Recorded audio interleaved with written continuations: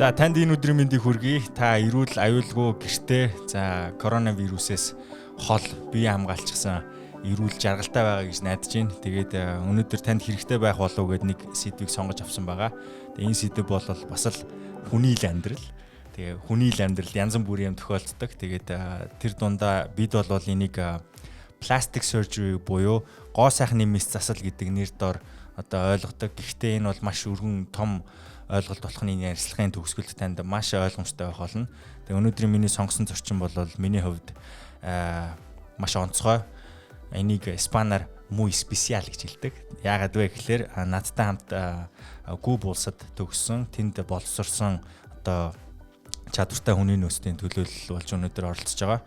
Тэгээд та бүхэнд яг яагаад энэ хүнийг сонгосон бэ гэдэг шалтгааныг хэлхийн тулд хамгийн олон жил Кубд сурч төгссөн хүний нэг нь бол одоо career high хийсэн байгаа хүн бол Бат Эрдэнэ нэмч маань байгаа. За танд энэ өдрийн мэндийг хүргэе. За баярлалаа. Та бүхэн ч гэсэн энэ өдрийн мэнд хүргэе. Маш их баярлалаа. Хамгийн олон жил гэдэг тэгэхээр би буруу санаагүй бол 11 лөө 12 жил та сурсан байдаг. Тий, ер нь бол үндсэндээ 12 жил. 12 жил тий. 12 жил гэдэг чи одоо хулган нөхөр барт болоо мó юу гэж явсаар байгаа дахиад буцаал хулган дээр буцаа хулган дээр ирэх жил гэсэн үг. Тэгээд яасан сурч дуустгүй юм бэ гэж гэр бүлийнхэн ч гэсэн гайхажсэн баг. Тэгээд таны яг сонгож авцсан мэрэгжлийн хувьд ингэж олон жил сурах шаардлагатай болсон баг. Тэгээд нэг зүйл Фидель Кастрогоос scholarship авсан ганц хүн байдаг үстэй. Тий. За энэ тухай яриага эхлэе. За тэгэхээр сая чиний хэлсэн 12 жилийн хугацаа болохоор мэдээж хэрэг Куби ангаах өөрөө хэлний бэлтгэл тэгээд 7 жил. Тэгээд нарийн мэрэгжил энэ төгсөлтийн дараах сургалт гэдгээрээ бас дахиад 5 жилийн сургалт байдаг учраас энэ 12 жил байхаас өөр арга байхгүй. Тэгээд 2002 онд бол өөрийнхөө сурж байсан факультетийн одоо шилдэг гадаад төгсөгч болж төгссөн. Тэгээ үүнийхээ ачаар бол тухайн факультетээс одоо шууд одоо үргэлжлүүлэн сурах энэ одоо боломжийг надад одоо олгоод тэгээд яг үүндээ бол манай төгсөлтийн баяр нийтдээ одоо тэр чинь 6000 гаруй төгсөгч байсан байхгүй. Тэгээ 6000 гаруй төгсөгчтэй тэр одоо том одоо үйл ажиллагааг нийслэл Гаван хотод зохион байгуулад тэгээд тэнд одоо тэр шилдэг төгсөгч нар одоо Кубын одоо удирдагч одоо энэ коммунист намын тэргүүн ер нь бол одоо хувьсгалын одоо үндэслэгч ер нь дэлхийд дахинд одоо нэр хүндтэй энэ одоо мундаг хүнээс дипломо одоо хүний их хэмжээний дипломо гардаж авах. Тэгээд цаашлаад одоо үргэлжлүүлэн сурах ийм одоо эрхийг хүлээж авах ийм боломж надад бас зааяжсэн. Тэгэхээр тэр үед бол бас азтай байсан яг үүндээ. Тэгээд азтай гэхээс илүү сайн сурсны л үр дүн шүү дээ тий. Ямар лотери юм штэ энэ чинь. Гэхдээ мэдээч хэрэг чармаан штэ. Маш их одоо олон жилийн хүчин чармаалт. Тэгээд дээрэс нь одоо өөрөө хичээснийхээ үр дүнд тэгээд мэдээж хэрэг бас аз дагалдалгүй л явах. Хүн хичээхээр аз өөрөө тэгтээ тэрхүү дагаад. Заяа түснэ гэж тий. Зөв. Тэгээд та анх яг нарийн мэрэгчлээ сонгохдоо тухайн үед яг ямар мэдээлэл дээр суурлангуудаа энэ нарийн мэрэгчлийг сонгож авсан юм бэ? Мэдээж одоо market research буюу зах зээлээ судлах боломж бол танд харахаа олдог баг. Кубд байсан учраас. Энэ мэрэгжил өөрөө их юм одоо юу мэрэгжил юм ба одоо нэгдмэл гэх юм уу хид хідэн чиглэлийг хавсарсан юм мэрэгжил баггүй. Одоо надад болвол боломжууд жишээлх юм бол би ерөнхий мэс засалч гэдэг юм уу их барих эмэгтэйчүүд хүүхдийн эмчгээд ингээд ийм боломжууд байсан л та. Тэгээд мэдээж хэрэг тэр нөгөө одоо энэ үргэлжлүүлэн сурах одоо хүсэлт гаргахад нөгөө өргөдөл бичүүлж авч байгаа. Тэгээд тэр өргөдөл дээр хамгийн нэгдүгээр жагсаалтан дээр нь би одоо нөхөн сэргийг гоо сайхны мэс засал гэдэг энэ мэргэжлийг сонгож байгаа байхгүй. Яг тэгэхээр пластик surgery гэхээр иргэдийн маань одоо зүгээр энгийн хүмүүсийн ойлголт ч гэсэн зөвхөн одоо гоо сайхны хагалгаа гэдэг ойлголтоор яваад байдаг. Пластик surgery өөрөө бол одоо гадны орнуудад ер нь бол одоо энэ ангаахын одоо хөгжил өндөртэй орнуудад бол нөхөн сэргийн хаалга, дээрээс нь гоо сайхны хаалга, дээрээс нь дахиад бүр түлэнхийн нарийн мэрэгжлийн эмч гэж ингэж явдаг байхгүй. Тэгэхээр энэ үндсэндээ бол 3 одоо мэрэгжил баг хавсарчаад байна л гэж ойлгох хэрэгтэй. Тэгэхээр энэ мэрэгжлийг тэр үед яг үнэндээ бол би 6 дугаар курсэд одоо тэр чинь төгсөх гээд явж байгаа шүү дээ. Анагаахын мэрэгжлэрээ төгсөх гээд эмч болох гээд явж байхдаа би яг тухайн эмнэлгийнхаа тэр яг одоо энэ нөхөн сэргийх гоо сайхны мэслийн тасаг дээр илүү төлхөө ажиллаж байсан. Тэгээд энэ маань л ер нь надад одоо энэ мэрэгжлийг сонгох одоо үндэс болсон доо ер нь бол тэрнээс ш одоо гоо сайхны одоо юу гэдгийг мэс засал хийн гэдэг бодлороо биш. Тэнд одоо ажиллаж байхад илүү бид нар бол нөхөн сэргийх мэс засал төлөнхийн одоо өвчтнүүдэд илүү ажиллаж байсан байхгүй. Гоо сайхны мэсэл бол мэдээж хэрэг давхар хийгдэж явдаг юм. Окей. Тэгэхээр шал өөр ойлголттой болчлоо л доо. Төлөнхийн мэс засал гэхлээр тусдаа өөрийн гэсэн дагнсан одоо юу гэдэг мэрэгжил болцсон гэсэн үг шүү дээ тий. Энэ яагаад тэгж байна? Ерөөсө гадны орнуудад энэ төлөнхийн нарийн мэрэгжлийн эмч гэдэг зүйлийг яг энэ нөхөн сэргээх гоо сайхны мэсэлтэй холбоогдсон байхгүй. Энэ чиглэлээр төгсөж байгаа хүн л бол төлөнхийн эмч байдаг. Яг үндсэндээ өнөөдөр практик дээр Монгол улсад маань яаж явж байгаа вэ гэхээр гэмтлийн эмч нар маань төлөнхийн эмч нар гэдэг юугаар явдаг байхгүй. Гэмтэл гэдэг утгаараа. Гадны орнуудад болохоор энэ бол яг одоо мэс заслын эмч тэгээд тэр цаашлаад бүр нөхөн сэргээх мэслийн эмч тэгээ энэ нь одоо төлөнхийн эмч гэдэг. Тэгэхээр тийм учраас одоо миний одоо ажиллаж исэн миний одоо сурч төгссөн эмнэлэгт болохоор 2 тасагтай. Нэг тасагдаа болохоор тэр гоо сайхны хаалгануудыг одоо авдаг. Яг хажуу талдаа үргэлжлээд одоо төлөнхийн одоо өвчтнүүдэд авдаг. Бүгд куб улсын төлөнхийн хамгийн том төвүүдийн нэг байсан байхгүй. Ер нь бол маш олон төвүүдтэй. Гэхдээ Ярманос Хайрас гэдэг одоо эмнэлгийг бол одоо манай куб төгсөгч нар бол маш сайн мэдэндээ. Энэ бол үнэхээр одоо топ эмнэлгүүдийн нэг. Тэгэхээр энэ маш том төв байхгүй. Үнэхээр тэнд одоо маш хүнд юм уу? Үнэхээр одоо олон хүнийг хамарсан ч байдаг юм уу? Ийм тохиолдлуудыг бид нар авдаг байсан байхгүй. Тэгэхээр яг одоо нөгөө plastic surgery гэдэг гоо сайхны мэс засал гэдэг зүйлд ойлголтгүй байгаа хүнд та яг гоо сайхны мэс засал нь бол эндээс эхлээд энэ хүртэлх хагалгаануудыг гоо сайхны мэс засал гэдэг юм аа гэж тодорхойлвол та юу гэж хэлв? Ер нь бол яг одоо энэ plastic surgeon гэдэг энэ мэрэгжлийн дотор бол гоо сайхны мэсэл чи өөрөө нэг 30-40% л эзэлдэг байхгүй. Тэгээд гоо сайхны мэс засал гэдэг өөрөө тодорхойлолт нь өөрөө төрөлхийн бөгөөд олдмол гажгийг засах мэс ажиллбарыг одоо plastic surgery гинэ гэж одоо энэ тодорхойлт байгаа байхгүй. Одоо монголоор орчуулах юм бол. Тэгэхээр тэр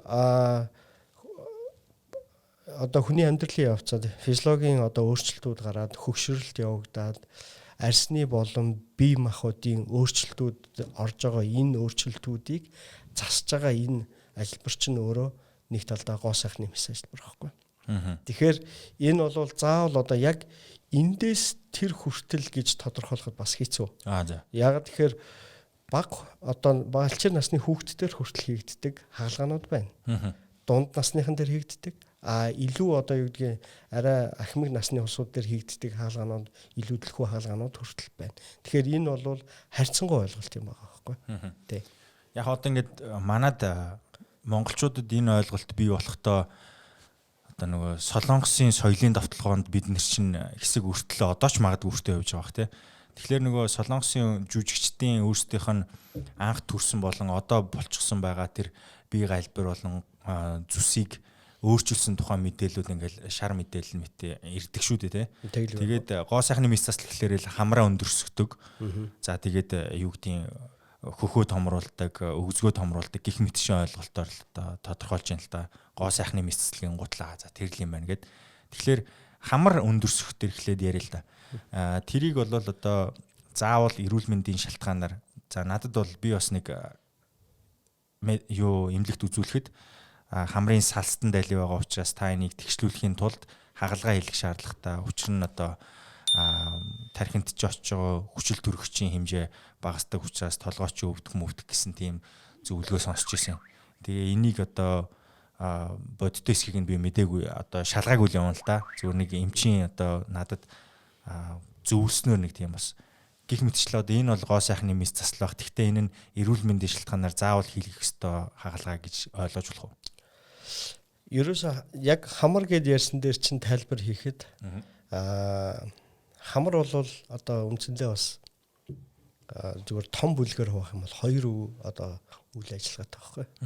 Нэгтэл нь одоо функционал буюу үйл ажиллагааны, нөгөөх нь бол эстетик буюу хүнийг харагдуулах тэр гоо сайхны талынхын зүйлүүд байгаа байхгүй. Тэгэхээр хамрын хагалгаа энэ хоёрыг хавсарсан байдлаар хийж болдог.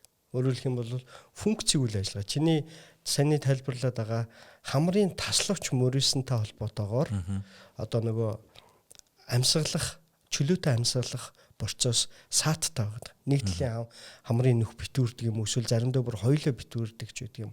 Иннээсээ болоод шүн хорхирдаг.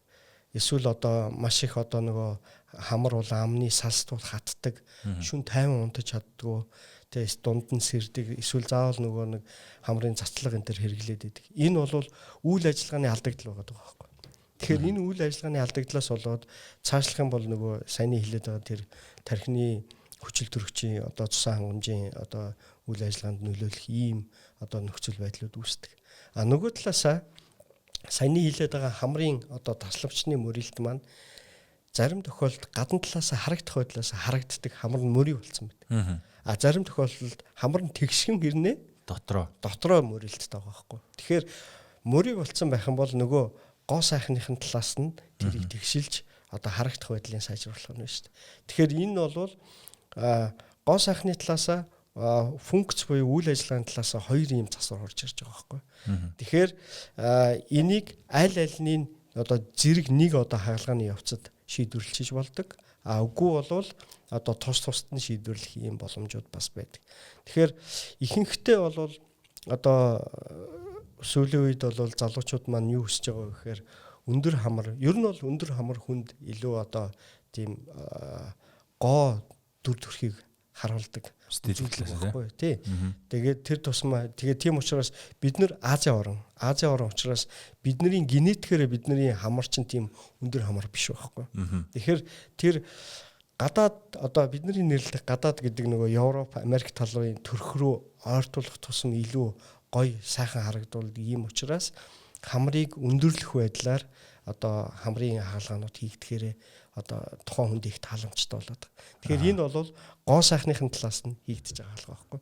Тэгэхээр хамрыг өндөрлөхийн тулд бэлдсэн одоо силикон одоо суулгацууд байдаг, имплантууд байдаг.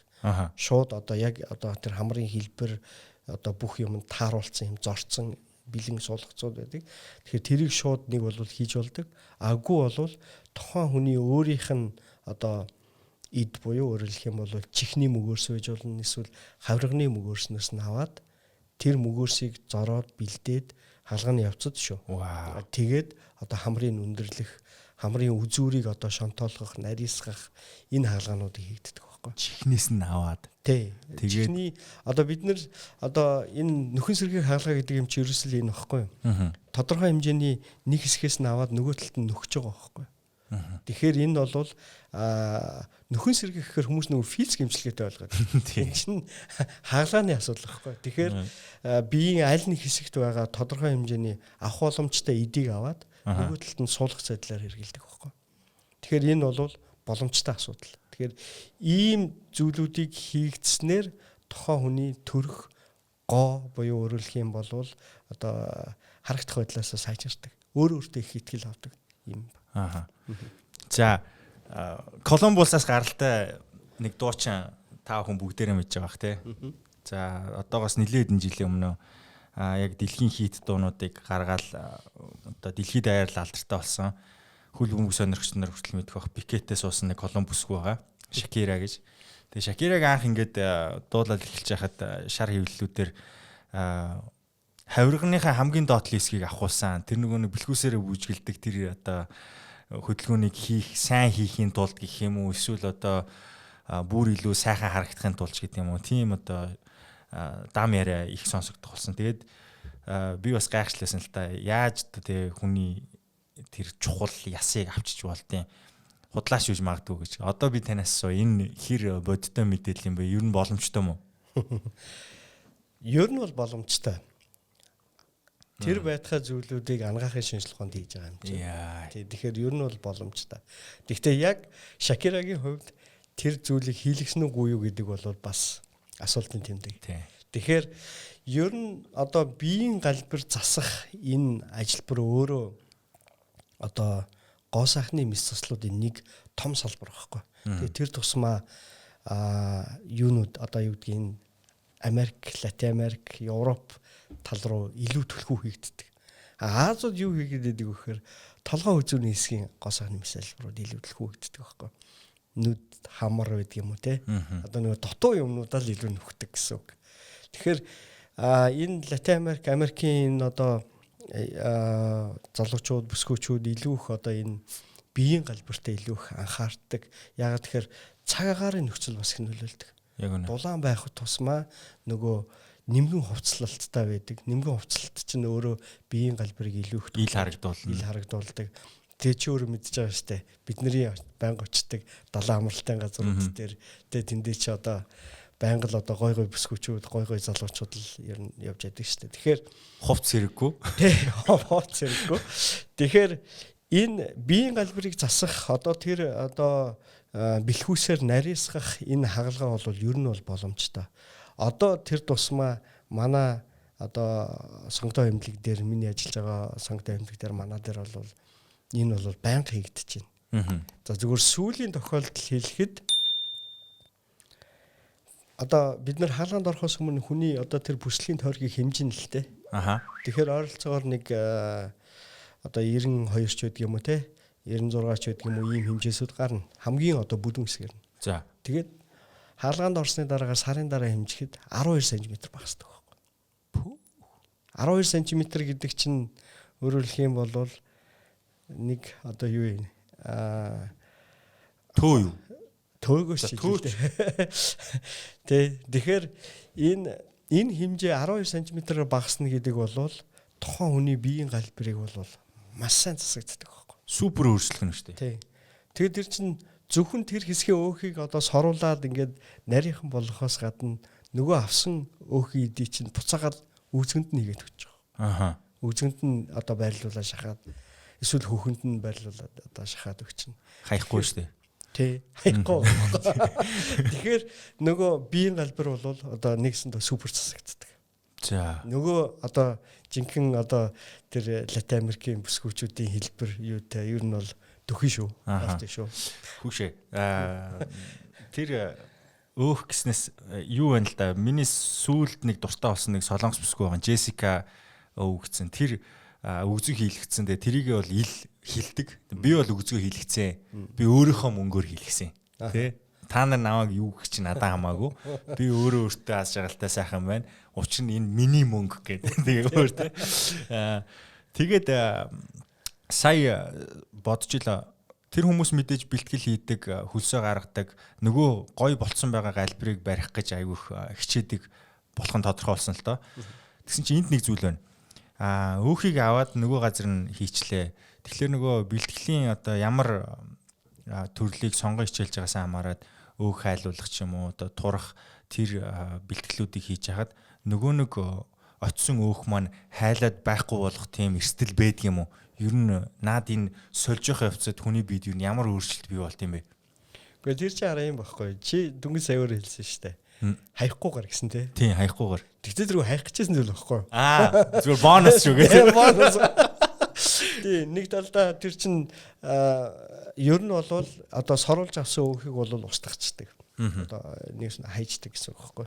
Гэтэл тэр одоо зүйлээ буцаагаад эргүүлээд ашиглаад биеийн тодорхой хэсгийг томруулаад авна гэдэг чинь бол маш давуу тал байхгүй. Тэгээд тэр нэг хаалгаагаар унтаас ирэхэд бүх юм болсон байна. Бэлхүүс гоё болсон байдаг. Ийм байгаа. Нөгөө талаасаа яг хав өөхөн эдийн альва юм хоёр талтай дандаа л хоёр талтай.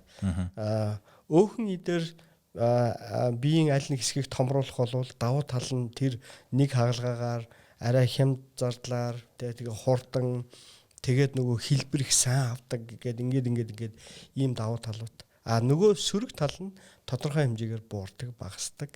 Тодорхой хугацааны дараа одоо өөхний хэмжээ шимэгддэг гэсэн ийм ойлголтууд байна. Тэгэхээр энэ зүйл маань одоо мэрэгжлийн одоо бид нэр одоо гоо сайхны мэслийн эмчнэр бид нэр тэрийг юм тооцоолдог учраас тэрийг давуулж хийдэг байхгүй.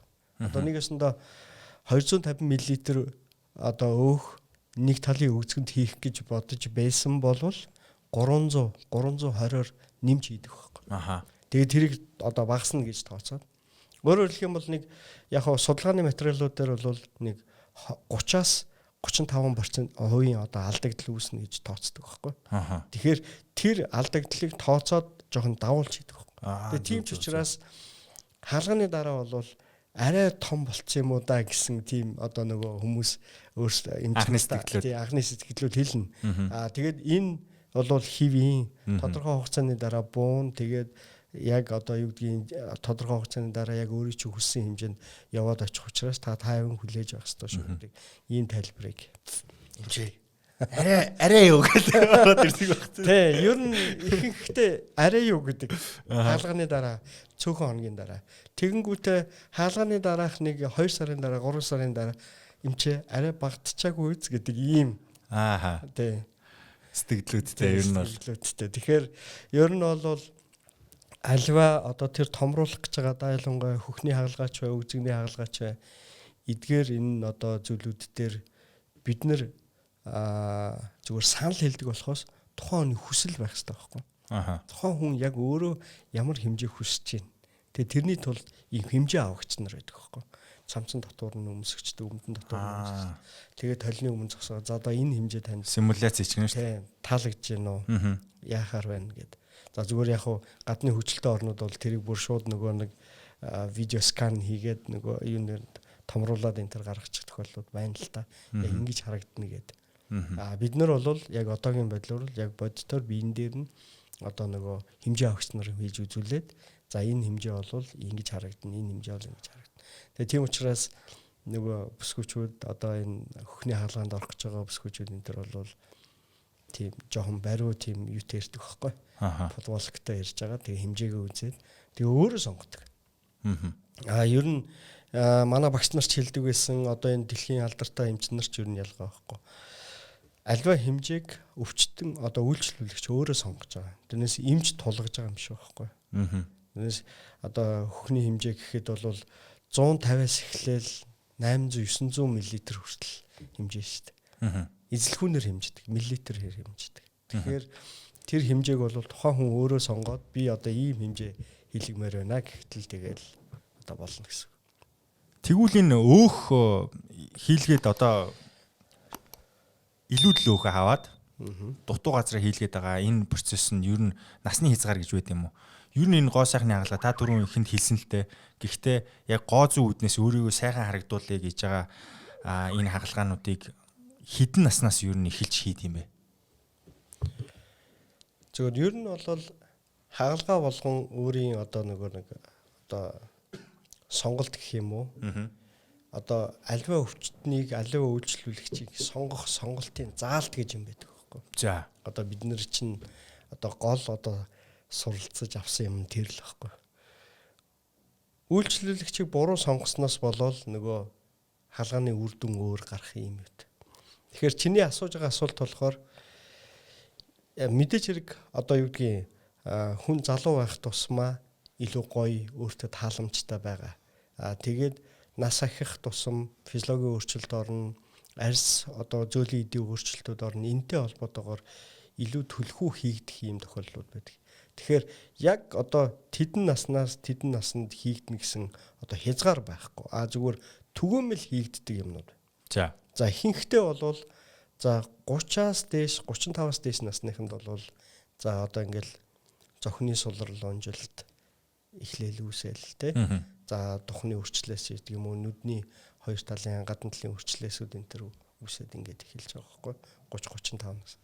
За 40-оос дээш насныхан бол хөвчлэн нөгөө төрөөд 2-3 төрцөн байдаг. Тэгээ тэрнтэйгээ холбоотойгоор хөхний өнжил сулрал ийм одоо тохиолдлууд зөндөө. Дээрээс нь хөвлийн хэсгэрээ таргалалт, хөвлийн сулрал, хөвлийн булчингийн ханны сулрлууд чи өөрөө бие тамирын хүмж байгаа хөвлийн ханд хідэн давхар булчингууд байгаа байлаа.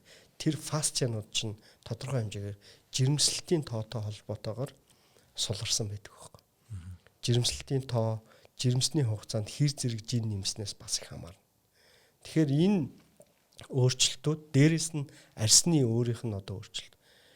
Зүгээр офисын ажил хийдэг хүн, гадаа ажил хийдэг хүн хоёрын арсны хөгшрөлт шал өөр шүү дээ. Яагаад тэгэхээр бид нарыг хамгийн их арсын маань гэмтэж яадаг зүйл болохоор нарны туяа байхгүй. Ерөөс нарны туяа тэгээд дээрэс нь энэ нөгөө гадны нөлөөл буюу манайх шиг энэ нөгөө хүйтэн цагууртай салхи шороо гэдэг юм те энэ зүйлүүд бол арсны хөгшрөлт, арсны өөрчлөлтийг бий болгож идэг. Тэгэхээр энэ болгоныг үндэслээд ер нь бол гоо сайхны мис ажилбарын түгээмэл хийгддэг. Тэр дотроо гоо сайхны үндсэн хаалгаанууд бол хөхний байдаг юм уу, өөх суруулах байдаг юм уу, хөвлийн хаалгаанууд бол 40-оос дээш насныхын түгээмэл. За окей. Тэгэнгүүт нөгөө харьцангуй залуу улсууд болохоор юу гэдгийг хамар байдаг юм уу, давхар байдаг юм уу ийм юм. Тэгээ би сайн нэг өөх соруулаад та дөрөв ярьсан шүү дээ. Таргалтай байгаас ясаа авангуудаа нэг хагалгаагаар бүгдийг ингээ хийчих боломжтой байдгаа гэдэг юм гот үзэж байгаа үзэгч нарт магадгүй шууд тэр хүсэл төрж иж магадгүй юм л та тий. Тэгээ би бас насыг нь асуугаад хэлүүлчихье гэж бодсон байхгүй. Тэгээ ер нь бол ингээд би энэ сэдвийг судлаад үзсэн чинь хүнд ямарваа нэгэн байдлаар өөртөө нь таалагдахгүй, өөртөө ихтгэлтэй байхад шаардлагатай тийм нэг өөрчлөлтүүд эстетик талаас байдаг юм байна л да. Хинт ч ямар ч хүүсний, ямар ч насны хүнд те. Тэнгуут тэрийг өөрчилж болох үгүйг шинжлэх ухаан олоо тогтооцсныг ч мэддэггүй явдаг хүмүүс маш их байдаг юм байна. Мэдсэн бол аль хэдийн хийлгэж болохоор байсан ч гэж бодох хүмүүс байна те. Тэгэхээр яг хагалгаанд орохыг хүсэж байгаа ч юм уу, энийг байдаг гэдгийг мэдээгүй олоод мэдсэн хүмүүсийн хувьд мэдэх шаардлагатай зүйлс чамгүй л байгаа ах л та. Тэгээд би зүгээр яг нөгөө өөх соруулаад өөхийг биеийн аль нэг дутуу байгаа хэсэгт нь илүүдэл газраас нь аваачаад хийх дээр жоохон шилжүүлэн суулгалтын дээр ярилцъя гэж бодлоо. Тэгээд шилжүүлэн суулгалтсан дээр ер нь хувь хүнээс юу шаарддаг юм бэ? Жишээлх юм бол санхүү гэдэн талаасаа хоёрт нь хэдий их хугацаанд нөгөө хүссэн эстетиктэй очих юм. Эн чинь бас нэг харьцангуй ойлголт байх. Гэхдээ нэг тодорхой нэг тэдэс тэдэн сарын хооронд бол болтгоо гэдэг тийм тоо өгдөг л баг. Тий. Ер нь альва хагалгааны үр дүн бол 2-3 сарын дараа ихэд яг харагддаг байхгүй. Альва хагалгааны үр дүн. Тэгэхээр заримдаа хүмүүс дөнгөж хагалгаанд орчоод нэг 7 хоноод 10 хоноод биеийн гайгүй болчихоор нөгөө үр дүнгээ хүрсэнгүүгээд ингээ жоохон бухимдаад эсвэл жоохон яарад идэг. Гэтэл тодорхой эд ис маань нөхөн төлжөөд буцаад хэвийн байдалтай ортол бүр хамгийн багадаа сар хагас 2 сарын хугацаа хэрэгтэй. Тэгээд тэрнээс цаашаага 6 сар 3-6 сарын хооронд ер нь бол хэвийн байдалтай очдог. Тэгэхээр энэ үр дүнг тухайн хүнд хүлээх тэр хугацаа бол мэдээж хүн дээр бол наанта цаанта дундаж хугацаа бол 3 сар. Тэгээд хагалгаанд орохын тулд ямар нөхцөл тэр хүнээс юу шаардлагатай юм бэ гэдэг ийм зүйлүүд асуугаад байна. Тэгэхээр өөх сурвал хагалгааны үндсэн нөгөө зарчим гэх юм уу нөгөө өвчтөн сонгох сонголтын заалтууд байна л да.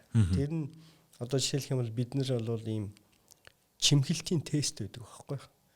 Тест. Арсанд орох хэвийн хэмжээний өөх бол за чи өөрөө мэдж байгаа даа бараг тамирын хүн мэдж байгаа. Арсанд орох өөхний хэмжээ хэд байх хэвээр чимхэлтээр 1.5 мм таргалтай үстэй баг тийм бах тий. Хэвийн хүнийхийг бид нар бол 2-оос 2.5 см гэдэг байхгүй. Чимхэд үзэхэд. Тэгээд ихэнхдээ тэр өөхөн эдийн илүүдэлтэй газрууд чинь бол 3, 4, 5, 6 түүнээс дээш. Ийм зузаан болцсон байна гэсэн үг байхгүй. Тэгэхээр 2.5 см-аас дээш зузаантай чимхэлтийн тестээр үзэхэд ийм дээш зузаантай өөхөн эдийг бол соруулах боломжтой гэсэн. Дээрэс нь нөгөө 2.5-аас дээш гэсэн үү те? Тий. 2 ингээд чимхэд үзэнгүүт ийм багж байдаг байх. Тий. Чимхэд үзэнгүүт тэр маань өөрөөр хэлэх юм бол 2-оос 2.5-ыг заадаг байхгүй. Тэгэхээр тийм хэмжээнээс одоо дээшээ гарцсан өөхий эдийг бол соруулах боломжтой гэсэн. Тэгээд соруулж аваад тодорхой процесс явагдана. Шүүн тэрийг угаадаг одоо нөгөө цусны хэсгээс нь цэвэрлээд тэгээ яг цэвэр шар өөхийг эргүүлээд шилжүүлэн суулгах, тарих байдлаар шилжүүлэн суулгадаг байхгүй. Тэгэхээр энэ процесс бол нэг хаалгаан дээр хийгддэг. Тий. Тэгээд одоо хэдий хэмжээний хаана хийх үү гэдгээс ер нь бол шалтгаална. Тухайн хүний өөрийнх нь одоо хүсэл зорилго, дээрэс нь бидний харж байгаагаар эмч одоо дүгнэлтэ гаргана шүү. За энд бол нэг ийм хэмжээний одоо өөх шилжүүлэн суулгана. Одоо жишээлхэм зөөр нэг энгийн жишээ хэлэхэд 30 хэдтэй залуу орж ирж байгаа байхгүй. Тэгээд нэг талын чэсний дефект тав. Дефект гэхээр өөрөөр хэлэх юм бол нэг талын одоо бидний цэс чинь хоёр талдаа энэ pectoralis major гэдэг хоёр булчин маань ижилхэн болохоор тодорхой хэмжээний юм төвгөр байгаа шүү дээ. Тэгээд нэг тал нь цаашаа хонхооцсон. Тэгэхээр тэр залуу дээр болохоор яг энэ өөх шилжүүлэн суулгах аргаар тэр дефектийг засаж байгаа байхгүй. Ингээд засаад ирэхээр л эн чинь нөгөө нөхөн сэргийн хаалга болчихж байгаа байхгүй. Тэгэхээр тэр хүнд болвол цамцаа тайлаад одоо юу гэдгийг мэдээж ирчүүд бид нэр хаяа нэг хүний өмнө цамцаа тайлах хэрэг гарахад тэр дефектээсээ маш их одоо юу гэдгийг санаа зовн эмзэглэн. Тэгэхээр ер нь бол одоо ил одоо гаргаж чадахгүй тийм тохиолдол. Гэтэл яг үнэ хэрэг дээр тэр одоо дефектийн шалтгаан бол маш олон шалтгаан байж болно. Эцэстээ яаж засагдах вэ гэхээр тэнд нөхөн сэргээлтэл хэрэгтэй. Өөрийнх нь дээр юм уу, имплантаар юм уу, ийм байдлаар сэргийж байгаа хгүй. Тэгэхээр энэ ингээд засагдчихаар тэр хүний сэтгэл зүйн хувьд одоо юу гэдгийг өөртөө ихтэй байдал нь шууд дээрдэт эхэлдэг. Энэ бол зүгээр нэг энгийн жишээ гэсэн үг. Тэр бүсгүүчүүдийн одоо юу гэдгийг хөвлийн хэсгээс оруулаад, ташаа хэсгээс оруулаад өгзгөндөө хийлгээд энэ бол зүгээр түгээмэл асуудал. Тэгээд юу юм байна л та. Бидний одоо миний энэ бэлтгэж хүмүүст үзүүлэх гээд байгаа нэвтрүүлгүүдийн гол зорилго нь бол нөгөө өөрийнх нь амьдралын маягт шаардлагатай өөрчлөлтийг хийгээд аз жаргалтай болгох л гэсэн юу нь бол зүйл шүү дээ те. Тэгээд ямар нэгэн байдлаар клиник талаасаа бол асуудлууд ийм байдаг юм байна. Практик талаасаа ийм байдаг юм байна гэдэг. Ер нь бол энгийн хүмүүстэй болон мэрэгжлийн хүмүүстэй ярилцах. Тэгээд гол үр дүнд нь юу ах вэ гэхээр хүн аз жаргалтай байхын тулд одоо мэдэх шаардлагатай зүйлээ мэдээд авах. Тэгээд гол нь аз жаргалтай л байх байхгүй юу? Ерөөсөө л тийм. Тэгэхээр нөгөө өөртөө итгэлгүй байдал чинь аз жаргалгүй байгаа гол үндсүүдийн нэг нь байгаа байхгүй юу? Яг үнэ. Тэгэхээр өөртөө итгэлтэй байхын тулд хүн харагдах байдлаасаа яг тэр хүссэн эстетикээрээ харагдчихиж сая одоо сайхан санаа амар болдгол юм байна л да. Ерөөсөө тийм. Ер нь бол аливаа энэ гоо сахны хаалгаанууд ороод байгаа тохиолдлууд байна. Ихэнхдээ ингээд зарим нэг одоо гэр бүл гэх юм уу да. Одоо нөхөр нь жоохон дургуутдаг юм уу те. Зүгээр л байж тээ чи одоо заавал өөрт нь болохоор те. Заавал энийг ингэж хийх ямар шаардлагатай ингээд. Зарим гэр бүлүүд бол бүр над дээр нөхөр нь эхлээд ирээд би эхнэрээ ингээд хаалганд оруулах гэж явж байна гэсэн тохиолдол байдаг. Гэхдээ тэр бол цөөхөн л дөө. Тэгэхээр ихэнхдээ тэр одоо гэр бүлийн улсууд маань нөгөө хүний маань энэ одоо нөгөө сэтгэл зүйн хувьд одоо тэр тодорхой чиний саяны хэлээд байгаа нэг ямар нэгэн шалтгаан байгаад байна шүү дээ. Өөрөөр хэлэх юм бол сэтгэл ханамжгүй байгаа зүйлийг ойлгодог байхгүй. Энэ хаалгаар засагдчихаар тэр хүний нөгөө автосистема буюу өөрөөр хэлэх юм бол өөртөө итгэх байдал бол бүр шууд хамаагүй нэмэгдэх 100%, 200% нэмэгддэг. Тэгэхээр энэ маш чухал байхгүй. Тэгэхээр альва хаалгаа альва одоо энэ эмчилгээний тактик маань тухайн хүний одоо тэр өөртөө итгэх итгэлийг л одоо ер нь бол дээшлүүлж байгаа. Тэгэхээр энэ тэрнээс биш одоо юу гэдгийг зарим хүмүүс ингэж ойлгоод байдаг. Нэг гоо сахны хаалганд орчиход донтчихно гэж ойлгоод байдаг. Дараагийн хаалганд ороод ингээд одоо улмал ахиулах гэдэг. Улмал ахиулах гэдэг. Гэтэл яг үүний хэрэг дээр эн чинь донтох асуудал биш байхгүй. Нэг одоо хэсэг одоо биеийн тодорхой одоо юу гэдгийг нүд шүдэг юм хамарч гэдэг юм нэг хэсгийг ингээд засчгаар тэрийгээ дагаад нөгөө хэсгүүд нь бас тодорхой хэмжээгээр өөрчлөгдөх шаардлага нөхцөл үүсэт байдаг. Тэгэхээр тэрийг дахиад одоо нөгөө хаалгаар засдаг байхгүй. Тэгэхээр чи бараг тэ одоо 2 дахь хаалга 3 дахь хаалганд ороод чи бараг одоо донтоод байгаа юм уу гэдэг ийм одоо нэг юу гэдгиймдээ хүмүүсийн хооронд ярьдаг ийм хар ярины асуудал байдаг. Энэ бол донтох биш, өөрөөр хэлэх юм бол дараагийн одоо хаалганууд хийгжээж нөгөө бүр эцсийн үр дүн төгсрөх ийм одоо нөхцөл байдал үүдэг байхгүй. Тийм. Тэгэхээр одоо мэдээч хэрэг одоо энэ одоо хаалгыг сонирхож байгаа өөрийнхөө альва нэг одоо сэтгэл ханамжгүй байгаа зүйлүүдээ бол тухайн хүн ирээд мэрэгжлийн эмчээс зөвлөгөө аваад ингээд л одоо асуудлаа шийдвүүлсэн дэр гэдэг. Тэгээ сая юу ялаа л да. Миний бас нэг таныг ярьж байгаа хооронд толгойд орчихсон зүйл хэдийр хугацаа чанарын баталгаа гэдэг шиг те. Ер нь энэ өөрчлөлт нь хэр удаа хугацаанд өөр дээрээ хүн хадгалаа явдаг юм бол хэдэн жилийн дараа дахиад нэг шалгуулах ёстой ч гэдэг юм уу. Одоо тийм зүйл байдаг юм болоо. Тэгэхээр ер нь бол альва хаалганы үр дүн болвол жишээлх юм бол бас хугацаатай одоо насан туршийн юм гэж хэлж байхгүй. Манай иргэд үйлчлүүлэгч нар хөвчлээ одоо нэг хаалганд орвол тэгэл дахиад хизээш орохгүй юм шиг бодоод байдаг байхгүй. Зүгээр энгийн жишээ хэлье. Зохины хаалга давхрааны хаалга биш шүү. Зохины гоо сайхны хаалга гэдэг арай өөр юм. За юу вэ тэр нь? Тэгэхээр өөрөөр хэлэх юм бол энэ зохины үнжилтийг засдаг хаалга байхгүй. За. Зохины үнжилт энэ нөгөө жоохон уутгартай байдал, настай байдлыг харагдуулдаг, нүд сэргэлэн болоод залуу харагдуулдаг ийм хаалга байхгүй. Тэгэхээр зохин дээр хийж байгаа хаалгыг манайхын хөвчлэн давхрааны хаалга гэж ойлгоод байна. Давхрааны хаалга арай жоохон өөр тустай юм байна. Тэгэхээр зохины хаалга ер нь бол 4 жилийн хугацаанд. 4 жил болоод давцдаг байхгүй. Зөх дахиад унчих юм шүү дээ. Дахиад сулардаг байхгүй. Гарсны сулрал болдог. Нэг 4-5 жилийн хугацаанд. За нүүр үргэх хаалга. Нүүр үргэх хаалга ойролцоогоор нэг 8-10 жил байрдаг. Тэгээд дахиад ордог байхгүй. Одоо гадны орнуудад яадгүй гэхээр ихэнхдээ нэг 50-55 насны оронд нүүр үргэх хаалга эхлээд нэг ордог байхгүй. Тэгээд нэг 10 жил болоод буюу 60-65 наснд дахиад нэг ордог. Яг тэгэхээр 60-65 нас бол гадаад бол амар залуу нас. Ерөөсөө тэр бол настай хүн биш байхгүй юу? Манад 60-65 насыг болохоор их настай хүн гэж ойлгоод ийм ойлголт ер нь яг та энэ нөгөө орон орны нөгөө дундаж наслалтай бас их холбоотой юм байна. Одоо сая жишээлх юм бол Европын орнуудад бол 90 хүрч ижил баг одоо настай хүн биш үү? Харин тийм. 90 дэш насныхан. Тэгэхээр 60-65 наснд 2 дахь удаага фейслифтинг мэс ажиллабар хийлгэж байгаа бол ерөөсөө л баг хэвийн асуудал. Одоо манай Путах ч бас нэг орсон юм шүү. Зурагнуудыг нь харьцуулаад магадгүй гаргасан юмсэн. Тэгээд энэ өөр хүн юм уу гэсэн. Тий, олонний танил улсууд ер нь бол заавалчгүй бас нэг тодорхой хэмжээний багч вэ ихч вэ юмнууд хийлгэжсэн дээр байдаг. Сая та нэгэнт зохиорсных тэр зохины хаалган дээр нэг юм эрүүл мэндийн залт байд юм уу? Би сонссноор унжаад байхлаар хараанд муугар нөлөөлдөг. Тийм учраас хараад сүргээр нөлөөлдөг учраас тэрийг заавал өргөх ёстой гэсэн тийм зүйл сонсч ирсэн хэр бодд юм бол яг нүдний хараанд ч гэдэг. Ерөөсөө юм бидний одоо энэ хараа бол тодорхой юм градусаар энэ хоёр талаа харж байгаа шүү дээ. Периферик, визион периферик. Визион периферик. Тэгэнгүүт энэ нөгөө арсны сулрал явагдаад ирэхээр тэр одоо харах талбайны үнцэг хумигдаад ирж байгаа байхгүй, багасаад ирж байгаа байхгүй. Тэрнээс ш яг нөгөө харааны одоо нөгөө нэг юм төвшөнд нөлөөлөх нь бол бага.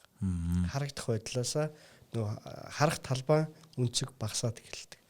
Дээрээс нь нөгөө харагдах байдлаасаа одоо өөрөөр хэлэх юм бол одоо жоох настай гэдэг юм уу тийм байдлаар харагддаг учраас зохины хаалганд орсны дараагаар шууд нүд сэргээд ер нь бол нэг 5 жилийн насаар залуу харагдуулна шүү хаалганы дараа. За эргээд хойлоо нөгөө нэг имплант юурууга өөх шилжүүлэх хагалгаар руу орё те. За өнөөдөр ер нь энэ дээр дагнаад нэлээд хүмүүст мэдээлэл өгч игээд бодлоо. Тэгээд юу яасан? Одоо манай эмэгтэйчүүд бол яг гоо зүү угаасаа ойлгомжтой те. Өөрөө гоё харагдах дуртай, хүмүүст бас гоё харагдах дуртай.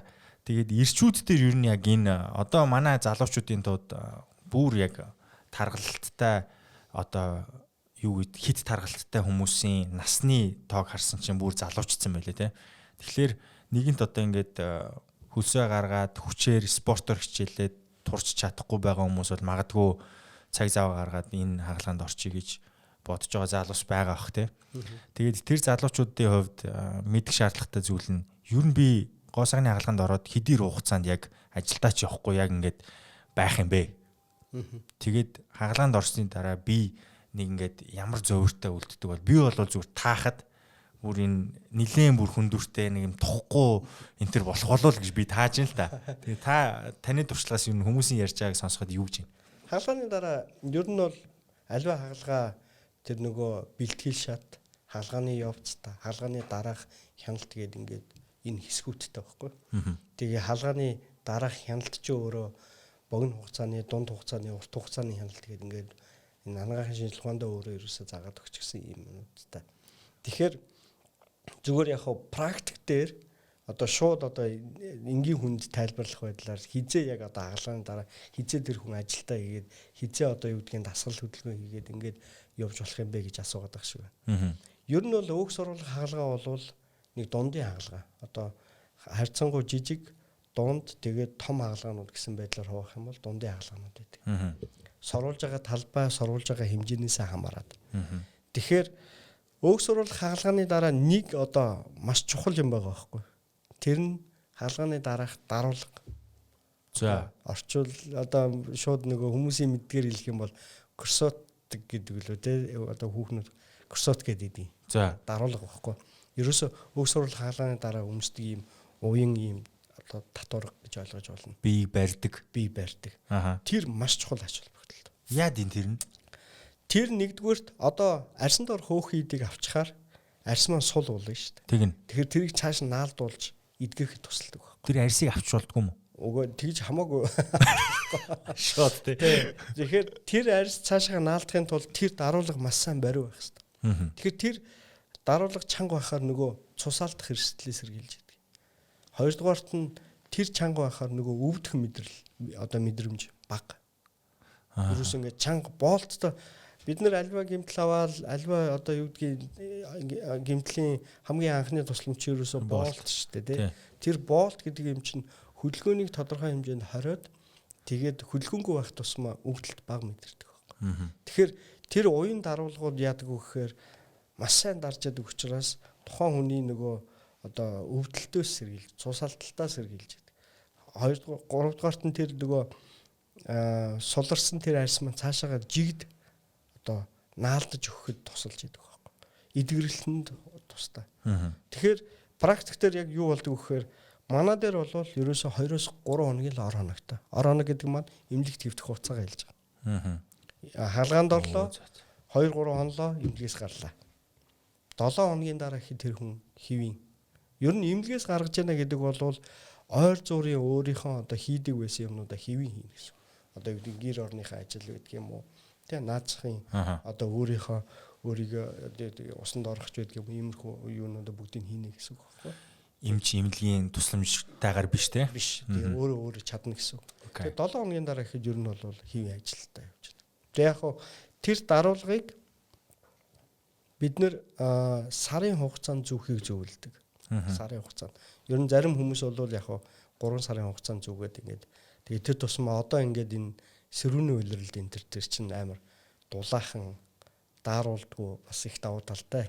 Тэгэхээр бас үйл хийлгүүл давуу талтай авах нь шүү дээ. Ер нь бол сэрүүний улиралд өөх сурвалж хаалгаа орох юм бол тохиромжтой. Гэхдээ чи өдөр мэдж байгаа шүү дээ 38 градусын халуунд кубд өөх сурвалж хаалгаа хийх судалгүй л байдیں۔ Судалгүй хийгдэл явдаг тийм. Тэгэхээр энэ одоо нэг хаалгааны дараах хяналт юмнууд маань их одоо яг нэг төвшнгөөрөө хийгдээд явдаг учраас тухайн хүн бол нэг 5-7 хоног гэхэд хэвийн одоо үйл ажиллагаа, ажил үүргээ гүйцэтгээд явах боломжтой гэсэн. Тэ. Сайн би бас танаас их сонирхолтой зүйл сонслоо. Эрэгтэй хүн тэр нөгөө нэг цээжний булчаан цаашаа хоогоо орцсон хийлгсэн гэдэг. Ер нь өөр ямар одоо ийм сонирхолтой хагалгаанууд байдیں۔ Эрэгтэй хүмүүс төр.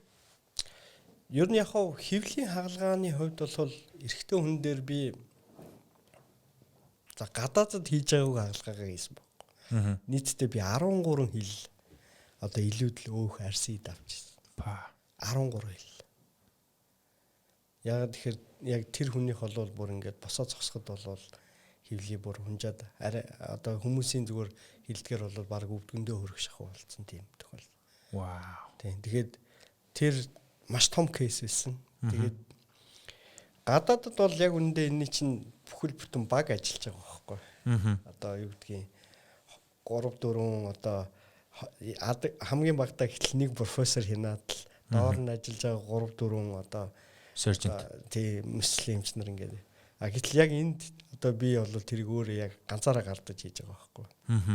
Тэгээд ер нь бол монголчууд бид нэр Азийн орнуудаас юугаар ялгаатай вэ гэхээр энэ залуучуудын дунд хөвлийн таргалалт бол одоо түгээмэл байна. Тэгээд эрэгтэй хүн дээр онцлог байна. Эмэгтэй хүнээсээ ялгаатай. Эмэгтэй хүний чинь одоо энэ арсанд орох хөөхлөлт нь илүү их байдаг байхгүй. Эмэгтэй гормон ялгарснаас болоод арс нь өөрөө зөөлөн арсанд орох одоо тэр өөхөн эслэг эдэн нь бол зузаан байдаг учраас тийм болбраа зөөлөн арстай энэ төр. Залуучууд эрэгтэй хүмүүсийн хувьд юу болдог гэхээр арс нь бол чанга. Гисэн хэдий боловч нөгөө хөвлийн доторх өөрөөр хэлэх юм бол нөгөө нарийн бүдүүн гиз дагсан тархалт нь өөхлөлт нь илүү байгаад байдаг байхгүй. Тэгэхээр өөх сурвалж хагалгаа бол тэрлүү бол очихгүй шүү дээ. Арсанд орох өөхөн идэл авдаг. Тэгэхээр ер нь бол бүр их одоо жин нэмэгдээд ирэхээр арсанд орох өөхид нэмэгддэг. Хөвлийн доторх одоо өөхид бас одоо нэмэгдээд идэг байхгүй. Тэгэхээр хаалгаагаар ямар асуудал нь шийдэгддэг вэ гэхээр арсанд орох өөхийн идийг бол авч болдог. Тэр хөвлийн доторх одоо өөхийг бол тухайн хүн физик дасгал одоо бие намрын дасгалаар заавал шатах шаардлагатай бол. Тэгээд нөгөө булчингийн мас одоо томроод ирдэг байхгүй. Өөхөн эдийн багасгаад өгөхөөр хурдан нөгөө одоо юу гэдгийг булчингийн үр дүн гарах, булчингийн мас гарч ирэх ийм боломжууд бүрддэг байхгүй. Тэгэхгүй болохоор зөвхөн дан ганц физик одоо юу гэдгийг бие тамирын дасгалаар бол тухайн хүнээс маш их одоо хүчин чармаалт одоо итгэл үнэмшил одоо тий цаг хугацаа мөнгө төгрөг бүх юмаа зарцуулна шүү дээ. Доор хаяж одоо зүгээр жишээлж хэлэхэд 6 сарын хугацаанд одоо тий фитнесээр явах одоо тэр одоо ажлыг бид нөр 3 цагт амжуулж өгч ирнэ гэсэн үг байхгүй. Тэр л хамгийн супер нь тий. Эннээс илүү зам гэж байх аа. Тий. Тэгэхээр ерөөсөө л тийм. Арсанд орох хөөхөн эдийн багасгаад өгөхөөр тэр хүний нөгөө урам ороод дасгалаа илүү сайн хийхээрээ одоо тэр булчингийн масууд хурдан тодорч гарч ирдэг. Имплант юун дээр одоо энэ өөх шилжүүлэх дээр саяны яригдсан хагалгаанууд дээр нэг сорив гэдэг зүйл яригдах хэрэгтэй бах тий. Тэр одоо биеийг одоо хаанаас нь одоо за жишээлх юм бол хөхөн дээр тий эмэгтэй хүмүүсийн хамгийн түгээмэл нь би бол хөх болов гэж таагаад байгаа штэ. Энэ үнэн үү? Хөхөн үү үүсгэн үү манаа дээр? Аль нь. За энэ хоёр дээр ер нь яг энэ ч угаасаа гоо сайхны хагалгаа гэхэлэр хүнд угаасаа тэр сорив хамгийн байж болох багаар мэдгдэх тэр тоочк дээр л хийгддэг баг л та. Тэгээд ямар цэгүүд дээр яг энэ хагалгааг хийдیں۔ Одоо өөх шилжүүлэх дээр. Өөх сурвалж хагалгааны хувьд эхлээд энэ сорвны асуудлыг хэлээд өгч байна. Өөх сурвалж хагалгааны хувьд сорив үлдэггүй. Цоолч юм уу тий? Зөвхөн цоолол. Зүүгээр. Зүв бишэлдээ тэр нөө дуран хагалгаа шиг тий. Канул гэдэг өөрөөр хэлэх юм бол дурангийн хагалгаанаас жижигхэн сорив. Яг тэгэхээр канул нь өөрөө 3 мм, 4 мм, 5 мм байхгүй. Хамгийн бүдүүн канул гэхэд одоо тэр одоо сорволтыг багжных нь диаметр нь 5 мм байхгүй. Тэгэхээр 5 мм-ийн л одоо зүслэг орно гэсэн. Сантиметр хүрэхгүй. Тэгэхээр сантиметр хүрэхгүй байгаа учраас тэр бол одоо маш жижигхэн зүслэг байхгүй. Зүгээр мэдээж хэрэг хаана одоо тэр зүслэгүүд хийгдэх вэ гэдэг бол одоо тухайн эмчийн өөрийнх нь нөгөө ур чадвар, эзэмсэн мэрэгжил энэ юмнуудаас ихэнхдээ зүгээр нөгөө мэрэгжлийн бус улсууд энэ төр бол хамаагүй жоохон ил хийждэг байхгүй. Нөгөө жижигхэн учраас сорив нь хамаагүй гэсэн байдлаар. Гэтэл одоо манайх бол би бол одоо яаж хийдэг вэ гэхээр хүүсэн дотор нэгдэг. Хүүсэн дотор ихэд тэнд хизээч сорив харагдахгүй. Хүүсний нүхний нөгөө ханнаас нь шүү дээ. Яг үнэ. Дээшээ доошоо хоёр. Тэгэнгүүтээ цавин дээр өөрөөр хэлэх юм бол цавны тэр нуглаас чинь ерөөсөө тэр сорив мэдэгдүүлдэг байхгүй. Аха. Гоо сахны мэслийн эмчнэрийн нэг одоо онцлог нь ерөөсөө л бусад мэслийн эмчнараас ялгагддаг нь арсны шугам гэж юм байдаг байхгүй. Тэрийг мэддэг байхгүй. Хаана зүслийг хийвэл нуугдмал болох уу? Хаана зүслийг хийвэл одоо сорив нь мэддэхгүй идэх үү гэдэг ийм юмыг л одоо мэрэгжлийн хувьд мэддэг улсууд юм байна. Тэгэхээр тэр зүслэгүүд хаана хийгдчихэж одоо нөгөө дараагийн эдгэрэлтэнд энд ямар нэгэн сорив үлдэхгүй байхаа гэдэг юм. Гэхдээ сорив болвол бас зөвхөн мэс засалчаас биш тухайн хүний биеийн физиологийн онцлогоос бас их шалтгаалдаг юмуд байна. Тий. Одоо тодордог, өргөсдөг, томордог, ургадаг ийм сорвнууд хүртэл байдаг байхгүй. Тэгэхээр энэ бол одоо бас тустай асуудал. Гоо сахны мэслийн эмчнэр хаана зүслийг хийж хаагуур одоо энэ техникийг одоо мэслийн техникээ хийх вэ гэдгийг бол мэдэх хэрэгтэй юм. Одоо энгийн basic одоо зүйл нь баггүй. Хөхний хувьд бол яг үнэндээ бол одоо практик дээр надад бол амар өндөр шаардлага тавьж байгаа. Яагаад тэгэхээр чөөр мэдж байгаа Америк, Латин Америк, Европын орнууд за ер нь одоо энэ Азийн орнууд ч гэсэн зарим дийлэнх тохиолдолд энэ хөхний нуглаас буюу өөрөөр хэлэх юм бол тэр одоо хэсгээр зүслэг хийхээр одоо нөгөө баг сорив үүсдэг байхгүй. Гэтэл Монголд болохоор тэрийг бас эсэргүүцэд байдаг. За учир нь юу вэ? Тэгэхээр яг нөгөө мэдээж хэрэг гараа өргөхөөр тодорхой хэмжээний одоо нөгөө сорив харагдах гэдэг. нарийнхан зураас л харагдана л та. Тэгээ тэрийг голоод байгаа байхгүй. Нарийнхан зураас нь хэдэн сантиметр юм? Гэхдээ зүслийн хэмжээ бол ерөөсөө 3 см байхгүй. Бүхний хагалгаан дээр бол ерөөсөө 3 см. Тэгэхээр тэрнээс нуугдчил одоо энэ суг одоо юу гэдгийг нөсөөний тойрог энтер гэдэг ийм бас техникүүд бас байна. Ер нь үндсэндээ бол хөхний хагалгаа бол сугаар хийгдэж болдог. Хөхний нуглаасаар хийж болдог. Нөсөөний тойрогоор хийж болдог. Нөсөөний тойрог гэдэг чи юу яриад байна? Нөсөөний тойрог гэдэг чи одоо тэр энэ хүмүүс ингээд толгоо гэж ойлгоод идэг. Энийг бор байгаа шүү дээ. Тий. Хөхний толгойг тойрсон бор арьс байгаа шүү дээ. Нөсөөчсөн тойрог байхгүй. Нөсөөчсөн арьс байхгүй. Тэрнийх нь яг зах хэрэмгээр хийгддэг. Тэгэхээр энэ зурагнууд дээр харах юм бол илүү ойлгомжтой болно л да. Нөсөө гэдэг чи яг тэр нөгөө нэг хөхний толгойг тойрсон байгаа тэр борыг дагуулад хийчихлээр харагддаг гэсэн үг юм уу? Тий, яг нөгөө бор арьс нөсөөдсөн арьс байгаа байхгүй тэр чи. Тинжи арьсны өөрийнх нь одоо будагч илүү будагдсан. Тэгээд нөгөө үргэлжлэлээ тэр чин цагаан арьс байгаа байхгүй. Тэгэхээр тэр хоёрын тэр заагаар зүслэг хийхээр одоо илүү одоо үл мэдэгдэн болдог. Тэгэхээр ер нь бол яг одоо Монголд бол маш өндөр шаардлага тавьдаг. Ингэж сорвгүй болмоор байна, тэгж сорвгүй болмоор байна. Гэтэл стандарт зүслэг бол хөхний нуглаасаар энэ доогор дэлхийн ер нь дийлэнх орнуудад дийлэнх эмчнэр дандаа тэрүүгээр хийдэг. Тэр бол стандарт зүслэг. Гэтэл Монголд яадгүй гэхээр нэг бүсгүй нөгөө нэг бүсгүйгээ хараад тэр ста намайг ингээ баллаа тавьчихсан. Би дахиж хизээ шинэгээр хэлэхгүй гэх.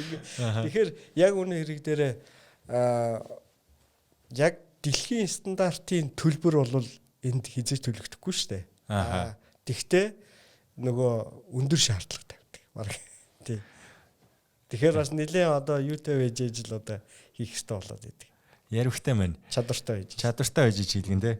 Тэгээ дээрэс нь тэр одоо би бодоход сугнаас тийшээ очижсэнээс доотлоос нь очих нь туулах зам ч гэсэн бага байлгүй тий.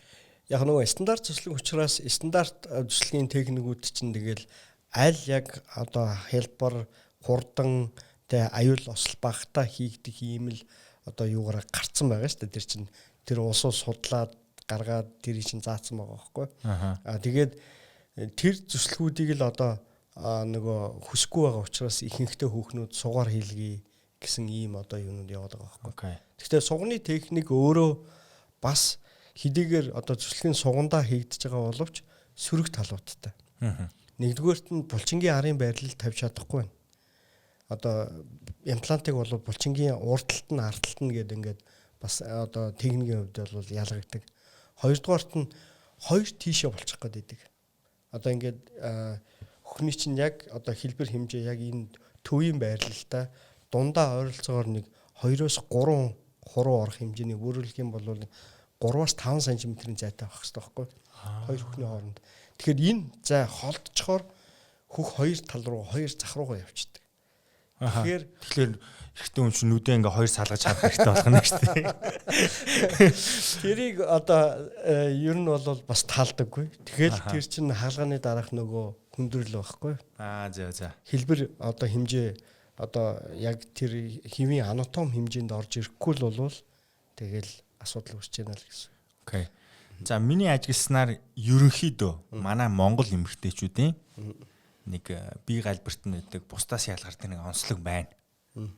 За тэр онцлог нь бол яг энэ гарын буглаг яг буглагын хэсгээрээ эмэгтэйчүүд нь харьцангуй том буглагтай байна. Бусад одоо орны эмэгтэйчүүдээс тэр нь магадгүй төрөлхийн тийм биш баг. Энэ амьдралын явцад яг тэргээр нь ингээд бакирцсан байд юм байна ер нь.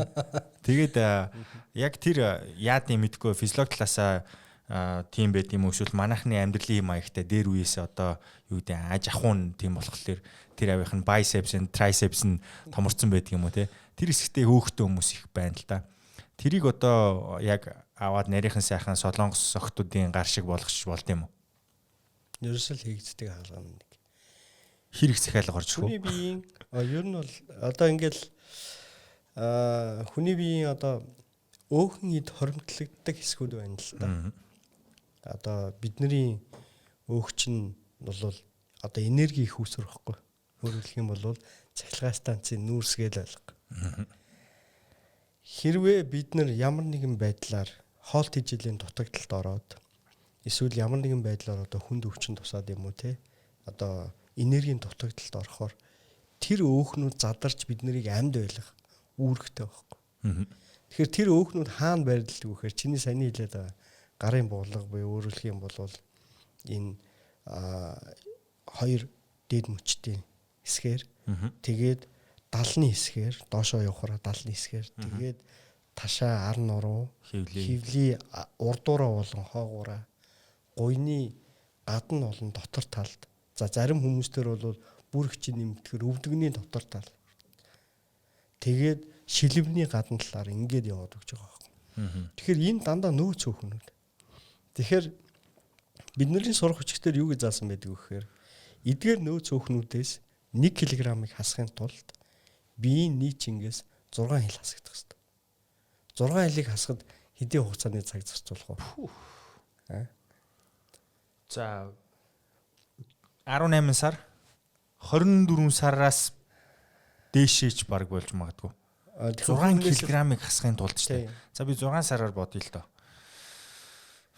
Жигд хуваахаас мэдээж тийм. Хүнээсээ мэдээж шалтгаална тийм.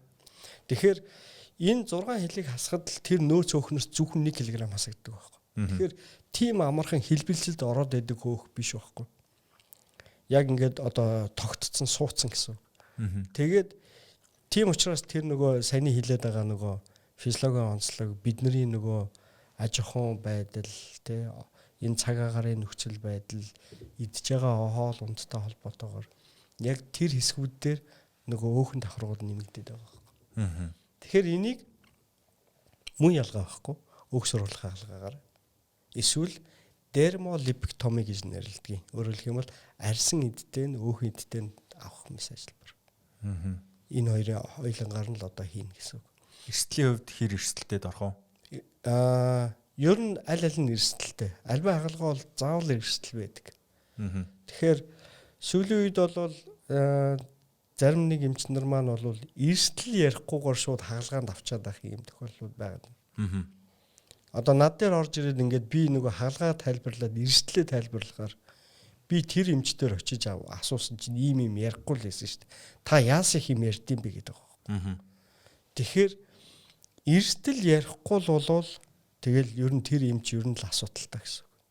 Яагаад тэгэхээр тэр дараа нь үүсэж болцсохгүй нөхцөл байдлыг ерөөсөө мэдэхгүй байна гэсэн үг байхгүй. Тэгээд тэрийгэ тайлбарлаж өгөөгүйгээс болоод нөгөө хүн дээрээ хаалганы дараа эрсдэл гарахаар нөгөө хизээч тийм юм ярилцаагүй байсан хүмүүс чинь жинхэнэ одоо тэнд асуудал үүсдэг байхгүй. Тайлбарлалцсан тохиолдолд эмч нэр нь ийм юм хэлж ийсэн. Над дээр одоо энэ тохиолдсон юм байна. За Тэгвэл би одоо ингэж хүлээх юм байна, тэх юм байна гэх. Ингээд арай өөрөөр хүлээж авдаг байхгүй. Тэгэхээр саяны одоо чиний ярьж байгаа хагалгаанууд ер нь бол бусад өөхс оруулах хагалгаатай л ижилхэн. Цус алдах эрсдэл байна, цус хурцх эрсдэл байна. За зарим тохиолдолд одоо нөгөө өөхс оруулах хаалганы нэг одоо гол онцлог юм тэгш бус байдал үүсдэг байхгүй. Тэр тусмадаа ялангуяа мэрэгжлийн бус хүмүүстээр хийлгсэн хаалгаа дандаа тийм асуудал үүсдэг. Би одоо миний мэдхийн одоо Монголын бас одоо олонний танил улсууд бас ирээд үзүүлэхээр урд нь нэг тийм одоо мэрэгжлийн бус хүмүүстээр хийлгчихсэн. Тэгээд нөгөө ингээд тэгш бус байдал үүсчихсэн тохиолдлууд. Тэгээд тэрийг засахад амар төвхтэй болчихдээ. Засвар аваад ч ер нь нэг тийм сайн үр дүн өгөхөнд бас төвхтэй болчихсон. Тэгээ тийм учраас засварын хагалгаанууд нэгдүгээрт 2 дахь үнэтэй болдог. Хоёрдугаарт яг хүссэн үр дүндээ хүрдэхгүй байхгүй. Тэгэхээр тийм учраас анханасаа одоо нөгөө эмчигээ одоо эмнэлгээ маш сайн сонгох хэрэгтэй байдаг. Үйлчлэгчнэр. Сайн ярилцаж, сайн одоо дандаа нөгөө гоё талаас нь биш. Бас эрсдэл гарвал яах вэ? Эрсдэл гарвал та юу хийх вэ? Танай эмнэлэг юу хийх вэ гэдэг ийм зүйлүүдийг бас асууж явах хэрэгтэй байдаг байхгүй. Тэгэхээр энэ зүйлүүдийг ер нь бол одоо альва одоо энэ хагалгаа, альва одоо ажилбар хийлгэх гэж байгаа. Хүмүүс ингэж бодоод байгаа. Гоо сайхны энэ салонууд дээр гүйж очиод нүүрэндээ утас хийлгээд юм уу? Эсвэл одоо нэг ботокс филлер хийлгээд ингээд яваад байгаа байхгүй. Яг үний хэрэг дээр энэ улсууд бол тийм ирэх байхгүй. Ирэх байхгүй. Өөрөөр хэлэх юм бол хүний бие зүүгээр хатагнаал гэдэг бол хүний биеийн арсыг цоолноол гэдэг бол эмч эмнэлгийн байгууллагын одоо эрх зөвшөөрөлтэй байж үйлдэх одоо процедур байхгүй. Medical procedures тий. Заавал тийм. Тэгээд тэр одоо хийгдэж байгаа процедурыг одоо тэр хүн чинь тодорхой хэмжээгээр мэдлэгтэй гарч болох эрсдэл юмнуудаа тооцсон юм байх хэрэгтэй гэдэг байхгүй. Гэтэл зүгээр одоо булан тойрол нэг салон гэдэг юм руу гүйж орол янз бүрийн үйлчилгээ аваад тэгээд тэндээсээ тэр үедээ мэддэхгүй шүү дээ. Тэр үед мэддэхгүй байхгүй. Дараа нь жилийн дараа одоо юу гэдгийг илгэний В ч юм уу С ч юм уу вирус авсан байл яах вэ? Тэ. Эсвэл тодорхой хугацааны дараа сарын дараа гів гинт мэдрэлийн одоо нүүрний мэдрэлийн асуудлууд үүсвэл яах вэ? Нүүр нь унжчих ч юм уу ийм асуудлууд үүсвэл яах вэ? Ийм одоо эрсдэл хүндрэлүүд бол байдаг. Гоо сайхны хаалга гоё. Гэхдээ тодорхой хэмжээний эрсдэл хүндрэлүүд бас байдаг гэдгийг одоо манай хүмүүс маань ер нь бол бас ойлгох хэрэгтэй. Тэгээ бас нэлээд зөрөгтэй байх хэрэгтэй гэлөө. Ер нь бол альва хагалгаа үйлчилгээ авах гэж байгаа хүмүүс бол хүсэл бол бүгдээрэнд нь байгаа байхгүй. Бүгдэнд нь хүсэл байгаа. Тэгээд дээрэс нь мэдээж хэрэг эдийн засгийн боломж бас байх хэрэгтэй. Тэгээд энэ хоёр байсан ч гэсэн бас зориг байхгүй бол орч чадахгүй. Зоригтой байх хэрэгтэй. Зоригтой байж ээж тэр хагалгааны одоо тодорхой тэр чин одоо юу гэдгийг хаалганы үйл ажиллагааг даваад цааталт нь тэр нөгөө нөхцөл байдлын юмнуудаа давж гарах юм чадвартай байх хэрэгтэй. За бид өнөөдөр гоо сайхны мэс заслал гэдэг сэдвээр medical doctor Бат Эрдэнэтэй ярилцлаа. Нэвтрүүлгийн яг өмнөх хэсэгт бид ер нь бол гоо сайхны мэс заслал гэдэг төрөл зүйлд ямар хагалгаанаар харьяалагдیں۔ Тэр дундаа өөхийг шилжүүлэн судлахад ер нь хүн юу мэдэх ёстой, ямар эрсдлүүд байдгийг их зэрэг мэдээллийг та бүхэнд хүргэсэн байгаа. Нилээн дэлгэрэнгүй ярилцсан байгаа. Харин нэвтрүүлгийнхаа дараагийн хэсэгт бит хоёр ер нь бол Кубад боловсон хүчин бэлтгэгдэж ирэх нь ямар туршлагыг хуримтлуулсан. За тэгээд Бат Эрдэнэ докторийн хувьд бас дэлхийн өөр орнуудад очиж ажиллаж исэн туршлагатай учраас энэ тухай сонсхийг зорилоо. За тэгээд энэ мэрэгчлэр сурыг гэж бодож байгаа залуусын дунд байж иж магадгүй. Plastic surgery буюу гоо сайхны мэслэлээр дагнан суралцах нь таны хүслийг яг одоо төрүүлж байгаа бах. Тэгвэл энэ бол амаргүй олон жилийн одоо аялал байдаг гэдгийг та бүхэн сонсох болно. Нэвтрүүлгийн дараагийн хэсэгтээ эргэн уулзцгаая.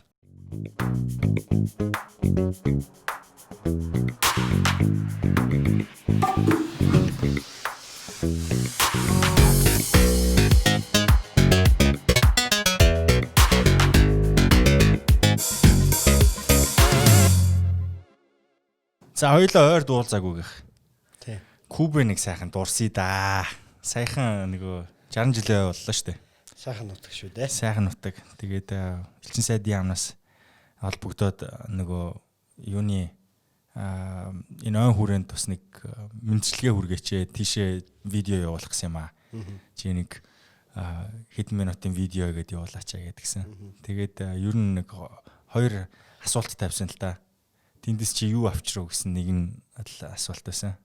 Тэгээ яг нөгөө тэр цаад утга нь бол нөгөө бараа таавар юу авчрахтай биш. Тэндээс би юу сурч мэдэж авчрав тэрний ямар хэрэг болов гэсэн ямиг асуусан байсан. Тэгээд би бодсон чинь надад одоо хамгийн үнцэнтэй санагдсан зүйл нь мэдээж боловсрал. За тэгээ нөгөө яг шинжлэх ухааны боловсрал гэхээсээ яг нэг бидэрт багаар ажиллах чадвар амар өгсөн юм билээ. Тэгэл ер нь бол нөгөө нэг тент чинь манайхыг бодох юм бол манайх чинь юм нэг консерватив штэ энэ нэг юм хүмүүс нь юм тотгошоо тий.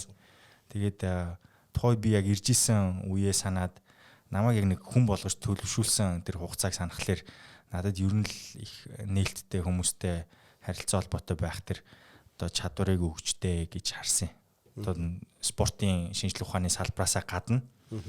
Тэгээд таныг тухайн үед сурч яхад мэдээж та бол 12 жилийг тэнд үлдээнэ гэдэг бол нөгөө яг хүн болж төлөвшөх хугацаагаа тэнд бараг ихэнхийг нь хамаг залуунаасаа үлдээчихэж байгаа шүү дээ. Тийм. Тэгээ явж исэн та буцаж исэн та хоёрыг харьцуулаад үзэхэд ер нь та юу авчирсан байна? Ерөөсөө л тэгэл энэ одоо миний хүн болж одоо юу гэдгийг мэдээж хэрэг эцэг их маань намайг хүн болгосон.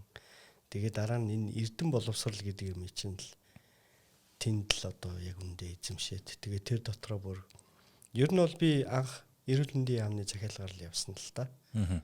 Уралдаанд шалгалт өгөөд л тэгэл боловсролын яамны дамжуулал эрүүл мэндийн яамны захиалгат одоо тэр үед чинь бид нэр тэгж явдаг байл. Тэгээд эрүүл мэндийн яам болохоор намайг яг вэ ер нь бол хүний хэмч болоод ирээрэй л гэж л илгээсэн байна тий. Илгээсэн байхгүй. Гэтэл би бол хүний хэмч болоод тэгээ цаашлаад одоо яг үндэ энэ нөхөн сэргээх гоо сайхны мэс засал гэдэг энэ нарийн мэргэжлийг эзэмшээд ирсэн байхгүй. Тэгэхээр мэдээж хэрэг зүгээр яг хуу мэргэжил бол зарим хүмүүст одоо юу гэдгийг диплом цаас гэдэг байдлаар харж аж магадгүй. Кубын боловсролын одоо сургалтын арга барил тэр дотроо энэ ангаахын сургалтын арга барил нь бол ерөөсөө хамгийн мундаг л гэж хэлэндээ яг үндэ. Яагаад тэгэхээр би одоо энэ Оросд төгссөн хүүхдүүдийг харж байна. Бүгд Хятад ард улсад төгссөн хүүхдүүдийг бас харж байна л та. Гэтэл Кубын ялгаа нь юундэ вэ нөх гэхээр ерөөсөө л практик яг тэр дадлаг гэдэг юм чинь яг бодитоор нь хийлгэж байгаа байхгүй. Бид нар бол 2 дугаар курс сэс эхлээл 1-р курс бол мэдээж одоо нөгөө суур хичээлүүд ороод ер нь бол маш завгүй, маш ачаалттай, маш хүнд байдаг. Нэг нөгөө хэлэхэд бол ёстой нэг хоолтой хоолгүй, нойртой нойргүй ер нь л тэгж л явж ийсэн. Бүхэл одоо энэ ангаах төгссөн хүүхдүүд. Тэгээ 2 дугаар курсээ шууд эмнэлэг дээр гаргачихдаг. Тэгээд эмнэлэг дээр л одоо тухайн одоо чамд хариуцлагдсан одоо тэр тасгийн тэр орон дээр ямар өвчтөн ирнэ, ямар үйлчлүүлэгч ирнэ тэр талаар тэрийг чи бүрэн эзэмших шаардлага байна. Тэгээд тэр чинь чиний үүрэг. Тэгээд дээрэс нь нэмээд бусад одоо нөгөө програм хөтөлбөрөөр заавал эзэмших шаардлагатай болно шүү дээ. Тэгэхээр ингэж нөгөө эмнэлгийн одоо нөгөө сургалтыг өгдөг учраас тэнд бэлтгэгдэж байгаа эмчнэр одоо эрүүл мэндийн салбарын одоо бусад бүхэл ажилтнууд ер нь бол сайн бэлтгэгддэг яг үнд. Тэгжээж одоо нөгөө яг одоо эмч хүний чинь өвчтөнтэй нойртуулж тэр яг хийж байгаа үйлдэл, харьцаж байгаа харьцаа, гаргаж байгаа дүгнэлт, эмчилгээ, оншийн одоо нэг ялгаа гэдэг юмнуудыг чинь тэндээс л олж авч байгаа байхгүй. Тэгэл одоо тэр одоо том мундаг профессор багш нар хүмүүсийн ачаар л явж байгаа шүү дээ. Тэгээд ер нь бол альва одоо улсын одоо их сургууль тэгээд их сургуулийн багш байна гэдэг бол маш өндөр мэрэгжлийн чадвартай эмч байхгүй номер 1. Хоёрдугаарт нь эрдэм шинжилгээний ажилтан байгаа байхгүй тэр хүн өөрөө. Тэгэхээр бидний одоо тэр ангаахт одоо зааж байгаа одоо багш нар бол дандаа эмнэлгийн том эмчнэр байгаад байдаг. Тухайн эмнэлгийн. Тэгэхээр давхар. Тийм давхар. Тэгэхээр тэр том профессорууд болохоор дандаа л одоо нөгөө тэр том судалгааны ажлуудыг чинь одоо хумж, базаж, гаргаж, дүгнэлтийг гаргаж тэр одоо юмнуудыг чинь урагшлуулж яадаг учраас одоо нөгөө салбар нь өөр ингээд дагаад хөгжөөд яваад байгаа байхгүй. Тэгэхээр нэг талдаа эмнэлгийн салбар бол мэдээч хэрэг практик үйл ажиллагаатай. Нөгөө талдаа судалгааны ажилтай байж чадгал юм бол энэ салбар маш сайн хөгждөг. Тэгэхээр энэ хоёр заавал хавсрах шаардлагатай байдаг.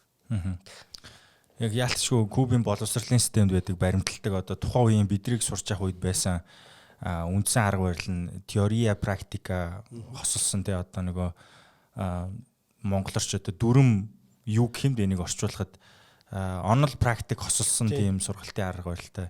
Яг тантай ижилхэн манайх ангаах гэлтгүй спортын сургуульч гэсэн 2 дугаар курсээс эхлээл шууд сургуулиуд дээр бие тамирын зорилттой сургуулиуд дээр багш нар дээр дагалдаа хийгээл хажуудлаас нь обсервацийн хийгээл тэгэл төгсгөлт нь дүгнэлт хийдэг тийм үүрэгтэйгээр эхэлдэг байсан.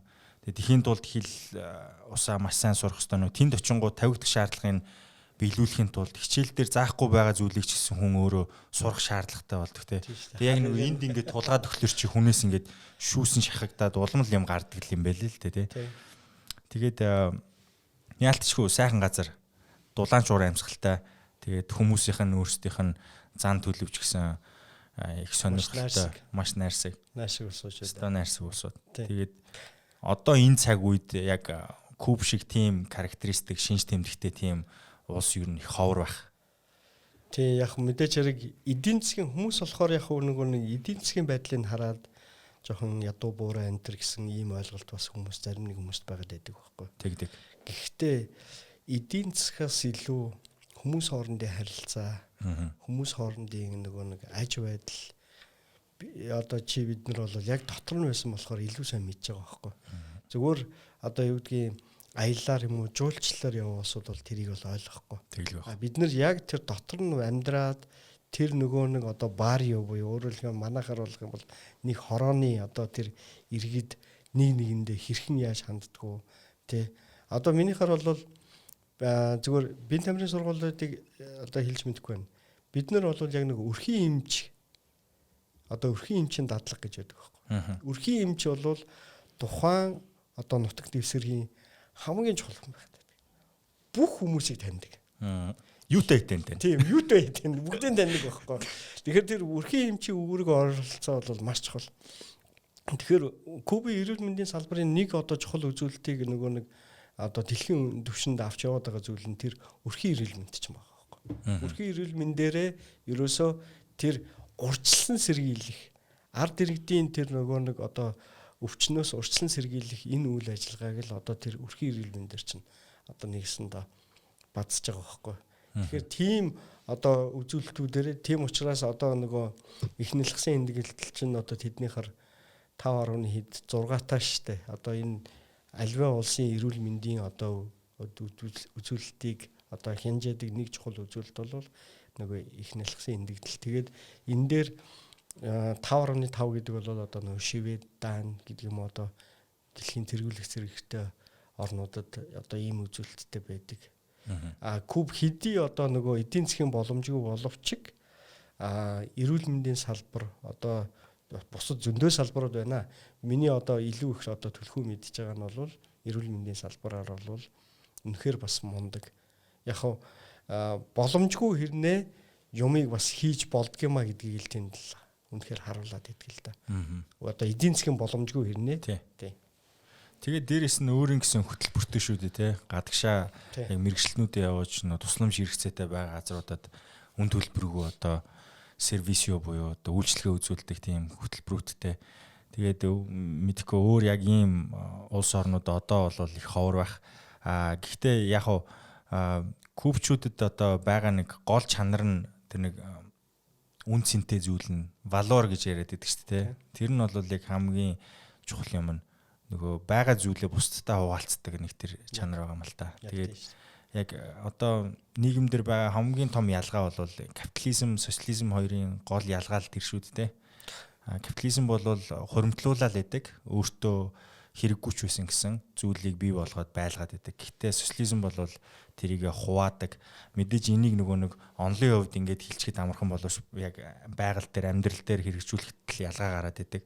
Тэнд хүн өлсөж өхнө гэдэг ойлголт байдгүй. Бүгд ер нь бол ямарваа нэгэн байдлаар одоо амьдрах боломж нь олгогдсон байдаг. Тэр боломж олгогдохдоо нэг зүйл давхар явж идэг. Тэр нь зүгээр л хуваалцах. Зовлонгооч, жаргалаач бүгдийг нь хуваалцдаг. Тэгээд тэр нэг найрсаг байдал нь л одоо бидэрт суусан байдаг гэж би хувьдаа хардсан шүү дээ. Тэгээд нол яг хуу одоо зүгээр би нэг зүгээр л жишээ хэлье л да. Одоо би ингээд миний одоо төгсөлтийн жил чинь 2007 оны нийт 6000 гаруй эрүүл мэндийн салбар гэхээр хүний хэмж, шүдний хэмж, дээд мэргэжлийн совилогч гэдэг ингээд одоо 6000 гаруй нэг одоо төгсөлт байгаа юм. Нэг жилийн төгсөлт 6000. Одоо бол бүр их болсон баг. Тэгээд эндээс чинь ер нь бол нийтдээ одоо 16 7 одоо нөгөө ангаахын сургуультай шүү дээ. Тэгээд нэг ангаахын сургуулаас одоо 2 одоо шилдэг төгсөгчийг одоо тэд нэр одоо ингээд авахар ойролцоогоор нэг 30-аас 40 хүний баг бүрэлдэж байна да.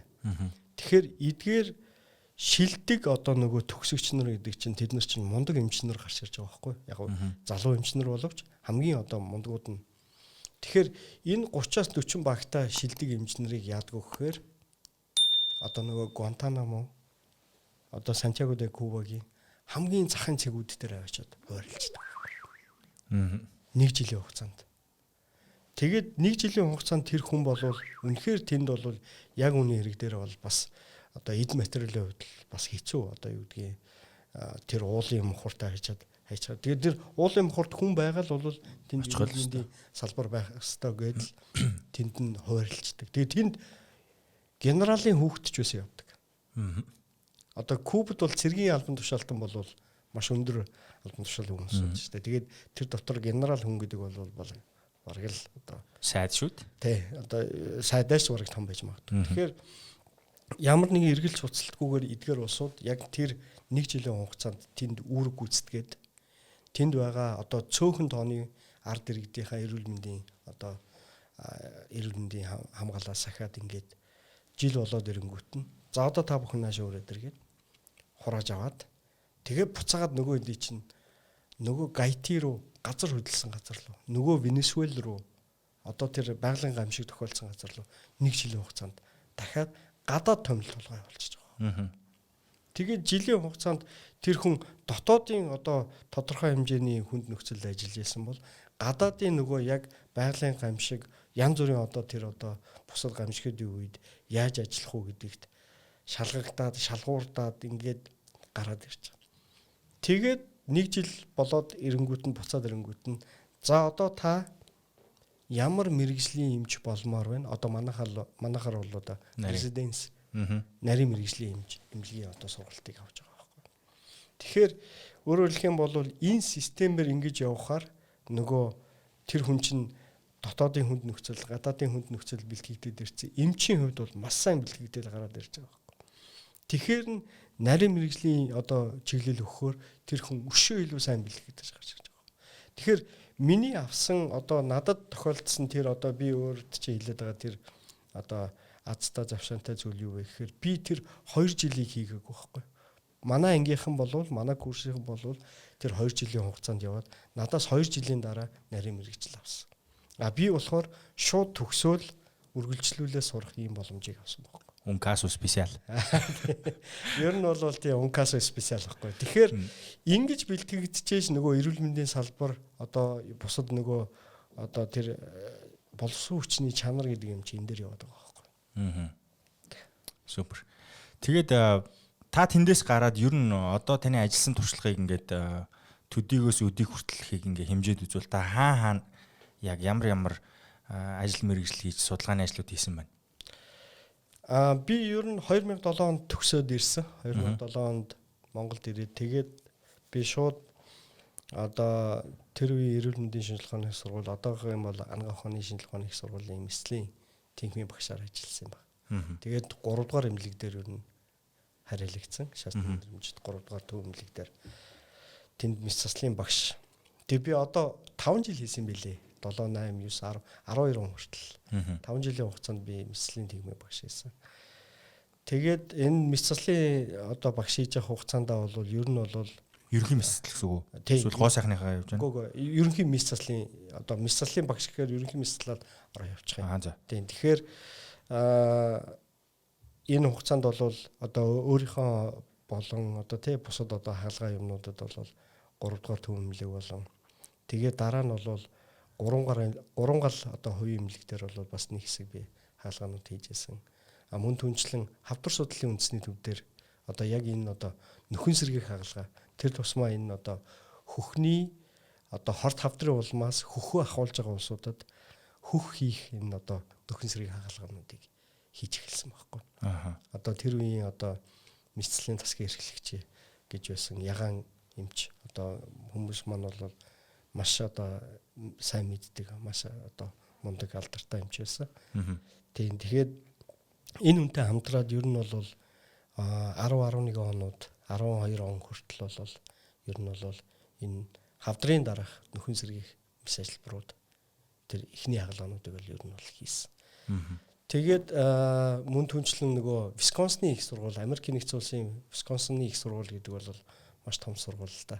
Тэгээд тэндээс манай энэ Джон гэдэг маш том профессор багш, тэгээд өөр хоёр бас бусад багш, Делмаунт гэдэг одоо энэ одоо яг тасгийнхын эрхлэгч гэдэг энэ улсууд бас Монголд альчлаад. Тэгээд тэднэрийн тусламжтай ер нь бол энэ Монгол улсын хавдар судлалын үндэсний төв дээр бол хавдрын дараах нөхөн сэргийх мэс ажилбар гэдэг одоо энэ хаалгаа зүйлүүдийг хийж эхэлсэн. Тэгээд 2012 оноос хойш бол би одоо Улаанбаатар сонготой эмнэлгийн нөхөн сэргийх гоо сайхны эмчлийн эмчээр ажиллаж байгаа. Тэгээ яг хуу мэдээч хэрэг Улаанбаатар сонготой эмнэлэг маань өөрөө хувийн эмнэлэг учраас илүү төлхөө нь бол одоо гоо сайхны хаалгаанууд илүү төлхөө орж ийн л та. Яг мэдээч хэрэг зарим одоо мэддэг хүмүүс ер нь бол ихэвчлэн одоо энэ төлөнхийн асуудлууд над дээр ирдэг. За зарим нэг одоо осол гэмтлийн дараах нөхөн сэргийн хаалгаанууд ирдэг. Арсны одоо нөгөө хортой хавдрууд одоо мэнг байжгаад арсны хортой хавдар болчдөг байхгүй. Тэгэхээр энэ маань хавдар гэдэг зүйлийг авахын тулд тодорхой хэмжээний томруулсан байдлаар авдаг байхгүй. Яг зөвхөн тэрийг авах биш бүр юм том болгож авдаг гэсэн. Тэгэхээр тэрийг заавал нөхөж сэргийх шаардлага гардаг. Зүгээр шууд хаачаа ихээр хаагдахгүй томруулаад авчиж байгаа учраас. Тэгэхээр ийм хаалганууд ерөнхийдөө илүү төлхөө хийгдсэн. Тэгээд за сая одоо хамгийн сүүлд бол одоо 14-5 оноос хойш бол дандаа Солонгос бидний Солонгос улсын одоо эмнэлгүүдтэй маш холбоотой байж байгаа 17-8 онуудад бол одоо энэ Сунчун хян гэдэг их сургуулийн эмнэлэг байдаг байхгүй. Тэгээд тэднийхтэй бол бүр маш одоо ойрхон масан одоо мэргэжлийн холбоотой байгаа. Тэдний гоо сайхны мэслийн нөхөн сэргийх одоо мэс заслын одоо багтаа хамтарч ажилладаг. Мөн одоо бусад чиглэлийн тал дээр ч гэсэн хамтарч ажилладаг ийм одоо маш мундаг одоо профессорын баг бас тэнд байгаа. 19-с 20 онд болохоор Испани улсын одоо Наварагийн их сургууль гэдэг. Навара гэхээр ер нь бол одоо Европын орнууд ер нь бол андахгүй. Яг тэгэхээр маш том судалгааны төв байхгүй. Энд одоо чиж энэ нөгөө эрүүл мэндийн чиглэлээр одоо мастер хамгаалчаад ирсэн. Тэгэхээр ер нь нэг маш товчхондоо бол нэг иймэрхүү. Тэгтээ тэгээд одоо сүүлийн одоо энэ 2 жилийн одоо жил гарангийн хугацаанд чинь бол одоо энэ ковид гээд одоо энэ цар тахал дэгцэнтэй холбоотойгоор бас тодорхой одоо нэг үйл ажиллагаа юм бас хүмүүжчихэд байна л да. Тийм байна. Зогслоо шүү дээ. Ер нь бол дэлхийг эргэхийн л эргүүлээд бусдыг нь бол зогсоож чадж байна. Тэгээд энэ үед бас ангаахын салбарын ч бол хамгийн одоо нэг юутай хил аман дүртэмтгий салбар болж хуурлаа л да. Одоо эмч нарыг маань буруу зөрүүгээр хилдэг боллоо, алдаа дутагдaltaй ажиллаж гин гэх боллоо. Тэгээд манайхан угаасаа нөгөө хөгжлийнхөө энэ үе дээр явж байгаа учраас бүхэл салбар нэг юм доголдолтой байх шиг байна л да тий. Тэгээд одоо яг энэ коронавирустэй та өмнө манайх чинь бас нэг карантинлж исэн бид нар бага байсан л баг л та. Нэг H1 юу лээ? Нэг юу гардаг штэ. SARS үлээ. SARS. Тэр чинь хэдэн он юм байхгүй? 2009. Та хэд ирсэн байсан уу? Байсан.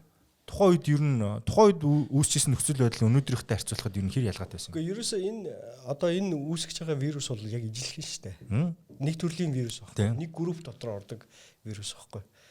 Зүгээр тухайн одоо нөхцөл байдлын үед болохоор нөгөө одоо юу гэдэг халдварлах байдал нь харьцангуй арай бага. Тэр чинь бүр Мексикээс гаралтай шүү дээ. Мексикт мэдэгдээл тэгэл явсаар байгаа л сүлдээ манад хүртэл орж ирээл. Халдварлах чанар нь бага гэдэг маань гэхдээ нөгөө нэг яг л агаар цэцлийн замаар нөгөө трансмиссион арай инфериор байхгүй. Тийм. Тэгэхээр ялгаагүй. Ерөөсөө л амьсгалын зам юм. Ер нь бол үүсгэж байгаа одоо нөхцөл байдал, клиникийн байдал хүртэл ер нь бол төстэй байхгүй. Зүгээр яг вирусынхаа генетикээ ярихаар арай өөр төрлийн вирус болчиход. Тэгвэл зүгээр миний харж байгаагаар би сая одоо тэр Европын орнуудад байж байгаа дээр ирсэн. Солонгост хүртэл байж байгаа дээр лээ. Манайх бол мундаг байгаа яг үндэ. Яг үндэ энэ манай төр засгийн одоо авч байгаа арга хэмжээ бас л урьдчилж харж чадсан учраас бид нар бол үдий зэрэгтэй байгаа байхгүй. Яг үндэ үнэхээр одоо би тэр одоо өндөр хөгжилтэй гэдэг байгаа Европын орнд байж хахад бол нэг талдаа үнэхээр бэлтгэлгүй байсан. Бүр тэгээд үнэхээр нөгөө өстой хэцүү байдалд орсон. Өглөө босоод ирэхэд шууд 6,000 хүний шин тохиолдол 1000 хүн нас урсан гэдэл ингээл мэдээ өдөр болгоны 24 цаг дотор 1000 хүн үхээд байна гэхээр чинь ямар өвдөө тийм. Тэр одоо улсууд одоо жишээлбэл Испани бол 53-4 сая хүн амтаа л да. Тэгтээ өдөрт 1000 хүн үхнэ гэдэг чинь бол амар тоо. Амар тоо гэж. Тэгээд 6-аас 7,000 хүн шин тохиолдол үүсчихсэн. Энэ. Тэгэхээр энэ бол үнэхээр одоо манайх бол өдий зэрэгтэй одоо энэ нэг юу гэдгийг нэг 30 хүн одоо үүслээ 50 хүн шин тохиолдол гэдэг бол бүртгэгдлээ гэдэг бол яг үнэндээ бол яг мэдээж хэрэг хүн амынхаа тоонд харьцуулах юм бол тодорхой хууль да. Тэгтээ бас ч гэж энэ бол манайх бол мундаг ажиллаж байгаа байхгүй. Гэхдээ дэлхийн аль ч улсад заяа цагдаа тагнуул тайга эрүүл мэндийн салбар нь ингэж одоо хөөцөлдөж байгаа ковидын араас хөөцөлдөж байгаа газар байхгүй шүү. Манай энэ тусгай хүчний байгууллагууд бол үнэхээр тэр одоо олж тогтоох хэвээр юмнуудыг тогтоож өгөөд хурдан арга хэмжээ авч байна. Тэрнээс иш одоо яг одоо би зүгээр Испани түүхийг хэлье. Би яг одоо тэр 3 сард ид одоо ингээл бүр бужигн жахт би тэнд л яг байж байсан. Тэгээд ямар нөхцөл байдал үүсэж ийнэ гэхээр тухайн хүн ковидоор өвчлөөд тэгэнгүүт зөвхөн уцаар ярих хэрэгтэй. Уцаар яриад тэгэнгүүт за таныг бүртгэж авлаа гэд тэгээд яах вэ гэхээр төрөний тэрэгтэй энэ улсууд одоо эмнэлгийн улсууд очиод шинжилгээ авч байгаа. Шинжилгээ аваад тэгээд уцаар та ковидоор өвчсөн байна. Гэрээсээ гарч болохгүй. Ингээрээ. Тийм. Тэгэл болоо. Уух юм нь парацетамол. За. Аспирин. Халуун бууруулах өвчин дандах. Өөр эмчилгээ байхгүй. Тэгээ халуун бүлээ юм уу? Ариун цэврээ сах одоо тэр эмнэлэг гэр дотроо байгаа хүмүүстэйгээ айлуулах одоо тэгээ яг нөгөө клиникээр энэ нөгөө вирусынх учраас ерөөсөө яг үндсэндээ бол эмчилгээ бол бас яг заагдсан тийм эмчилгээ байхгүй л те. Яг хөө клиникээр тодорхой хэмжээнд сайжир. Дэлхийн эрүүл мэндийн байгууллага одоо энэ эрүүл мэндийн байгууллагууд бол мэдээж хэрэг тодорхой хэмжээний удирдамжууд гаргацсан байгаа. Яг суур одоо юм нь бол вирус учраас тэгээ одоо бүр дахиад мутацлагдаад ингээд бүр ингээд эвгүй болоод байгаа. UK бүр. Тэгэхээр манай яг одоо энэ авж байгаа арга хэмжээ бол бас тодорхой хэмжээнд одоо бас мундаг байна. Тэгээд мэдээж хэрэг одоо энэ эмнэлгийн байгууллагууд халдвар тархаад байна. Энэ одоо юу яагаад байна гэд манай иргэд бас бухимдаад байгаа байхгүй. Энэ халдвар ер нь бол гарна. Тодорхой хэмжээнд гарахаас өөр арга байхгүй. Тэр чинь нүдэнд харагдахгүй, гарт барагдахгүй. Ийм вирус учраас мэдээ хэдий хэмжээний одоо хамгаалах одоо юу хийж байгаа боловч эн чинь ер нь бол тэр одоо өндөр хөгжилтэй орнууд ч юм бол бүр зүгээр 50 туудсан шүү дээ. Испанд бол яг үндэ ингэж ажиллах боловсруулж байгаа. Ажиллаач. Яг тэгэхээр нэг эмнэлгийн 50% нь халдвар аваад эмчнэр нөгөө сүлэгчнэрийн 50% нь халдвар авчихар чинь өөртөө. Тий. Хөнгө болчихж байгаа. Тэгээд нөгөө гадны орнуудын эмчнэрийг одоо ажиллаач ажиллах юутай байна уу? Хүсэлтэй байна уу? Тэгээд тэр чинь зүгээрчгүй бас өндөр одоо нөгөө юу амлаж байгаа байхгүй. Цалин одоо хөлс амлаж байгаа байхгүй. Тэгэхээр тийм нөхцөл байдлаар ер нь бол явж байгаа. Тэгэхээр манад бол харьцангуй бас тогтвортой харьцангуй одоо бас одоо тогтоом барих гад бүр ингээд нэг нэгээр нь дөнгөж халдвар авсан гэж байгаа тохиолдол хүртлийг одоо ингэж одоо юу хийж штэ хяналтандаа авч штэ. Тэр орнуудад бол тийм боломж ерөөсөө байхгүй. Тэгэхээр энд бол бас бид нар бол одоо чивтэр ингээд бас ингээд ярилцаа сууж байгаа бол энэ бас тодорхой хэмжээний бид нар боломжтой байгааг л одоо шинж. Окей. За ерөнхийдөө өнөөдөр би сонсъё гэсэн маш олон зүйлээ сонслоо. Тэгээд угаасаа тантай ч гэсэн өмнө ярилцж байхад гоо сайхны мис тасал буюу пластик surgery гэдэг энэ сэдв маань өөрөө их том сэдв. Тэгээ нэг доор суугаад бүгднийг ярина гэдэг бол боломжгүй. Гэхдээ бид хуваарлаад тэгээ хүмүүсийнхээ одоо би бол өнөөдөр яг цэвэр зах зээлийн өнцгөөс ер нь эрэлт хэрэгцээ хамгийн өндөр байдаг тэр сегментийг олж аваад тэр яг тэр ажилбарыг нь олж аваад танаар бас баг зэрэг дэлгэрэнгүй яриулахыг зорилоо. Харин дараагийнхаа дугааруудад бид бас тодорхой хэмжээний хугацаатаагаар дараад нь илүү олон өөр төрлийн ажилбаруудыг бас сонсохоор шийдлээ. Тэгээд энэ имплант буюу одоо яг бие дотор өөр гадны биетийг суйрлуулахад ямар одоо зүйлс бий болтыг, ямар хүчин зүйлс одоо нөлөөлдгийг те мэдээж нөгөө бие чинь хүлээж авахгүй гэл олон зүйл яригддаг байх. Тэгээд нэг хугацаа гэдээ бас маш олон сэдвүүд хөндөгдөх нь байна.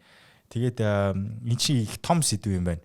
Тэгээд таны чинь би бол яг үндсэн мэрэгжлийн чинь бас мэдээгүй явж исэн юм байна. Тэгээд өнөөдөр их олон мэдээлэлтэй байлаа. Тэгээд үзэж байгаа хүмүүст ч гэсэн их хэрэгцээтэй мэдээлэл байсан байх гэж найдаж байна. Тэгээд урилга авсанд маш их баярлалаа. Урьж оролцуулсанд маш их баярлалаа. Тэгэлгүй ах. За үзэгчдээ та сэдвтэй холбоотой асуулт болон мэдгийг хүсэж байгаа зүйлсээ яг энэ үзэж байгаа видеоныхоо доор эсвэл одоо сонсож байгаа подкастынхаа сэтгэл доор үгүй бол миний сошиал медиа хаягуудаар холбогдоод асуух боломжтой. Тэгээд ер нь бол би нэвтрүүлэг болгоноор танд нэг зүйл хүсдэг, жаргалыг хүсдэг. Тэгээд жаргал зүгээр сууж байгаад ирдгүүн байлаа. Заавал таны ямарваа нэгэн хичээл зүтгэл оролцоотой тэгээд шийдэмгийн алхмууд зөв амьдралын хэв маягтай зөв голдролтой орцсон байхад таны тэр мэдрэх жаргал чи илүү амттай байд юм байна лээ. Тэгээд та be safe өөрийгөө сайн тордороо тэгээд аль болох гарахгүй байхыг хичээгээрэй. Тэгээд коронагийн дараа угаасаа амьдрал эргээд энгийн хэвэнд орохгүй гэдэг бол тийм шинжлэх ухаанаар тодорхой болсон байгаа. Бид шин норматив буюу шин одоо энгийн амьдрал руу шилжих болно. Тэр шин энгийн амьдралд одоо яг одоо болж байгаа бүх үйл явц таны бэлтгэж байгаа шүү. Түүнээс та энийг аргалаад дараад нь энгийн нөгөө амьдарч исэн амьдралын хаяг маягаар дахиад амьдрах гэсэн ойлголт бол байхгүй. Ер нь л та бусдаас ер нь жоохон зайтай. Тэгээд би ер нь арилж хамгаалах үүрэгтэй болж байгаа шүү. За хамтаас нь баярлаа. Дараа уулзлаа баяртай. За баярлалаа. За та бичлэгийн төгсгөлд ирсэн байна. Бидний бэлтгэсэн мэдээлэл танд хэрэг болсон гэж найдаж байгаа шүү. Мэдээж амьдралын маягтай холбоотой өөрчлөлтийг иймэрхүү төрлийн мэдээллийг авмагцаа шууд өөрчлөн гэдэг бол худлаа. Танаас хүчин чармаалт, тууштай байдал шаардах болно. За тууштай байдал гэснээс бидний бэлтгэж байгаа мэдээллийг цаашдаа үргэлж авахыг хүсэж байгаа бол манай YouTube хуудсанд заавал subscribe дараарай. Хажуу талд нь байгаа хонхыг дарчих юм бол орж байгаа мэдээлэл цаг тухайд нь танд notification хэлбэрээр очих болно. Тэгээд хизээ орон тэрийг та мэдээлэл авах боломжтой. Энэ нь танаас ямар нэгэн үнд хөлбөр авахгүйгээр нэгдхийг урьж байгаа зүйл шүү. Бидэнтэй олон хүн нэгдэх тусам бидний мэдээлэл улам мариун ихээр бэлтгэгдэж та бүхэнд хүрэх ёстой юм байна. За тэгээд нэвтрүүлэгтэй холбоотой санал хүсэлтийг комент хэлбэрээр доор үлдээж болно. Үгүй бол Instagram болон Facebook хуудасаар дамжуулаад бидэнтэй холбогдож болно шүү. За ямар тааш би танаас амжилтлан гуйж байна. Бидэнтэй нэгдээрээ subscribe дараарай. Тэгээд хонхын дарчаарай. За ингээд бидэнтэй хамт байдаг үргэлж баярлалаа шүү. Дараагийн дугаар хүртэл баяртай хайртай шүү.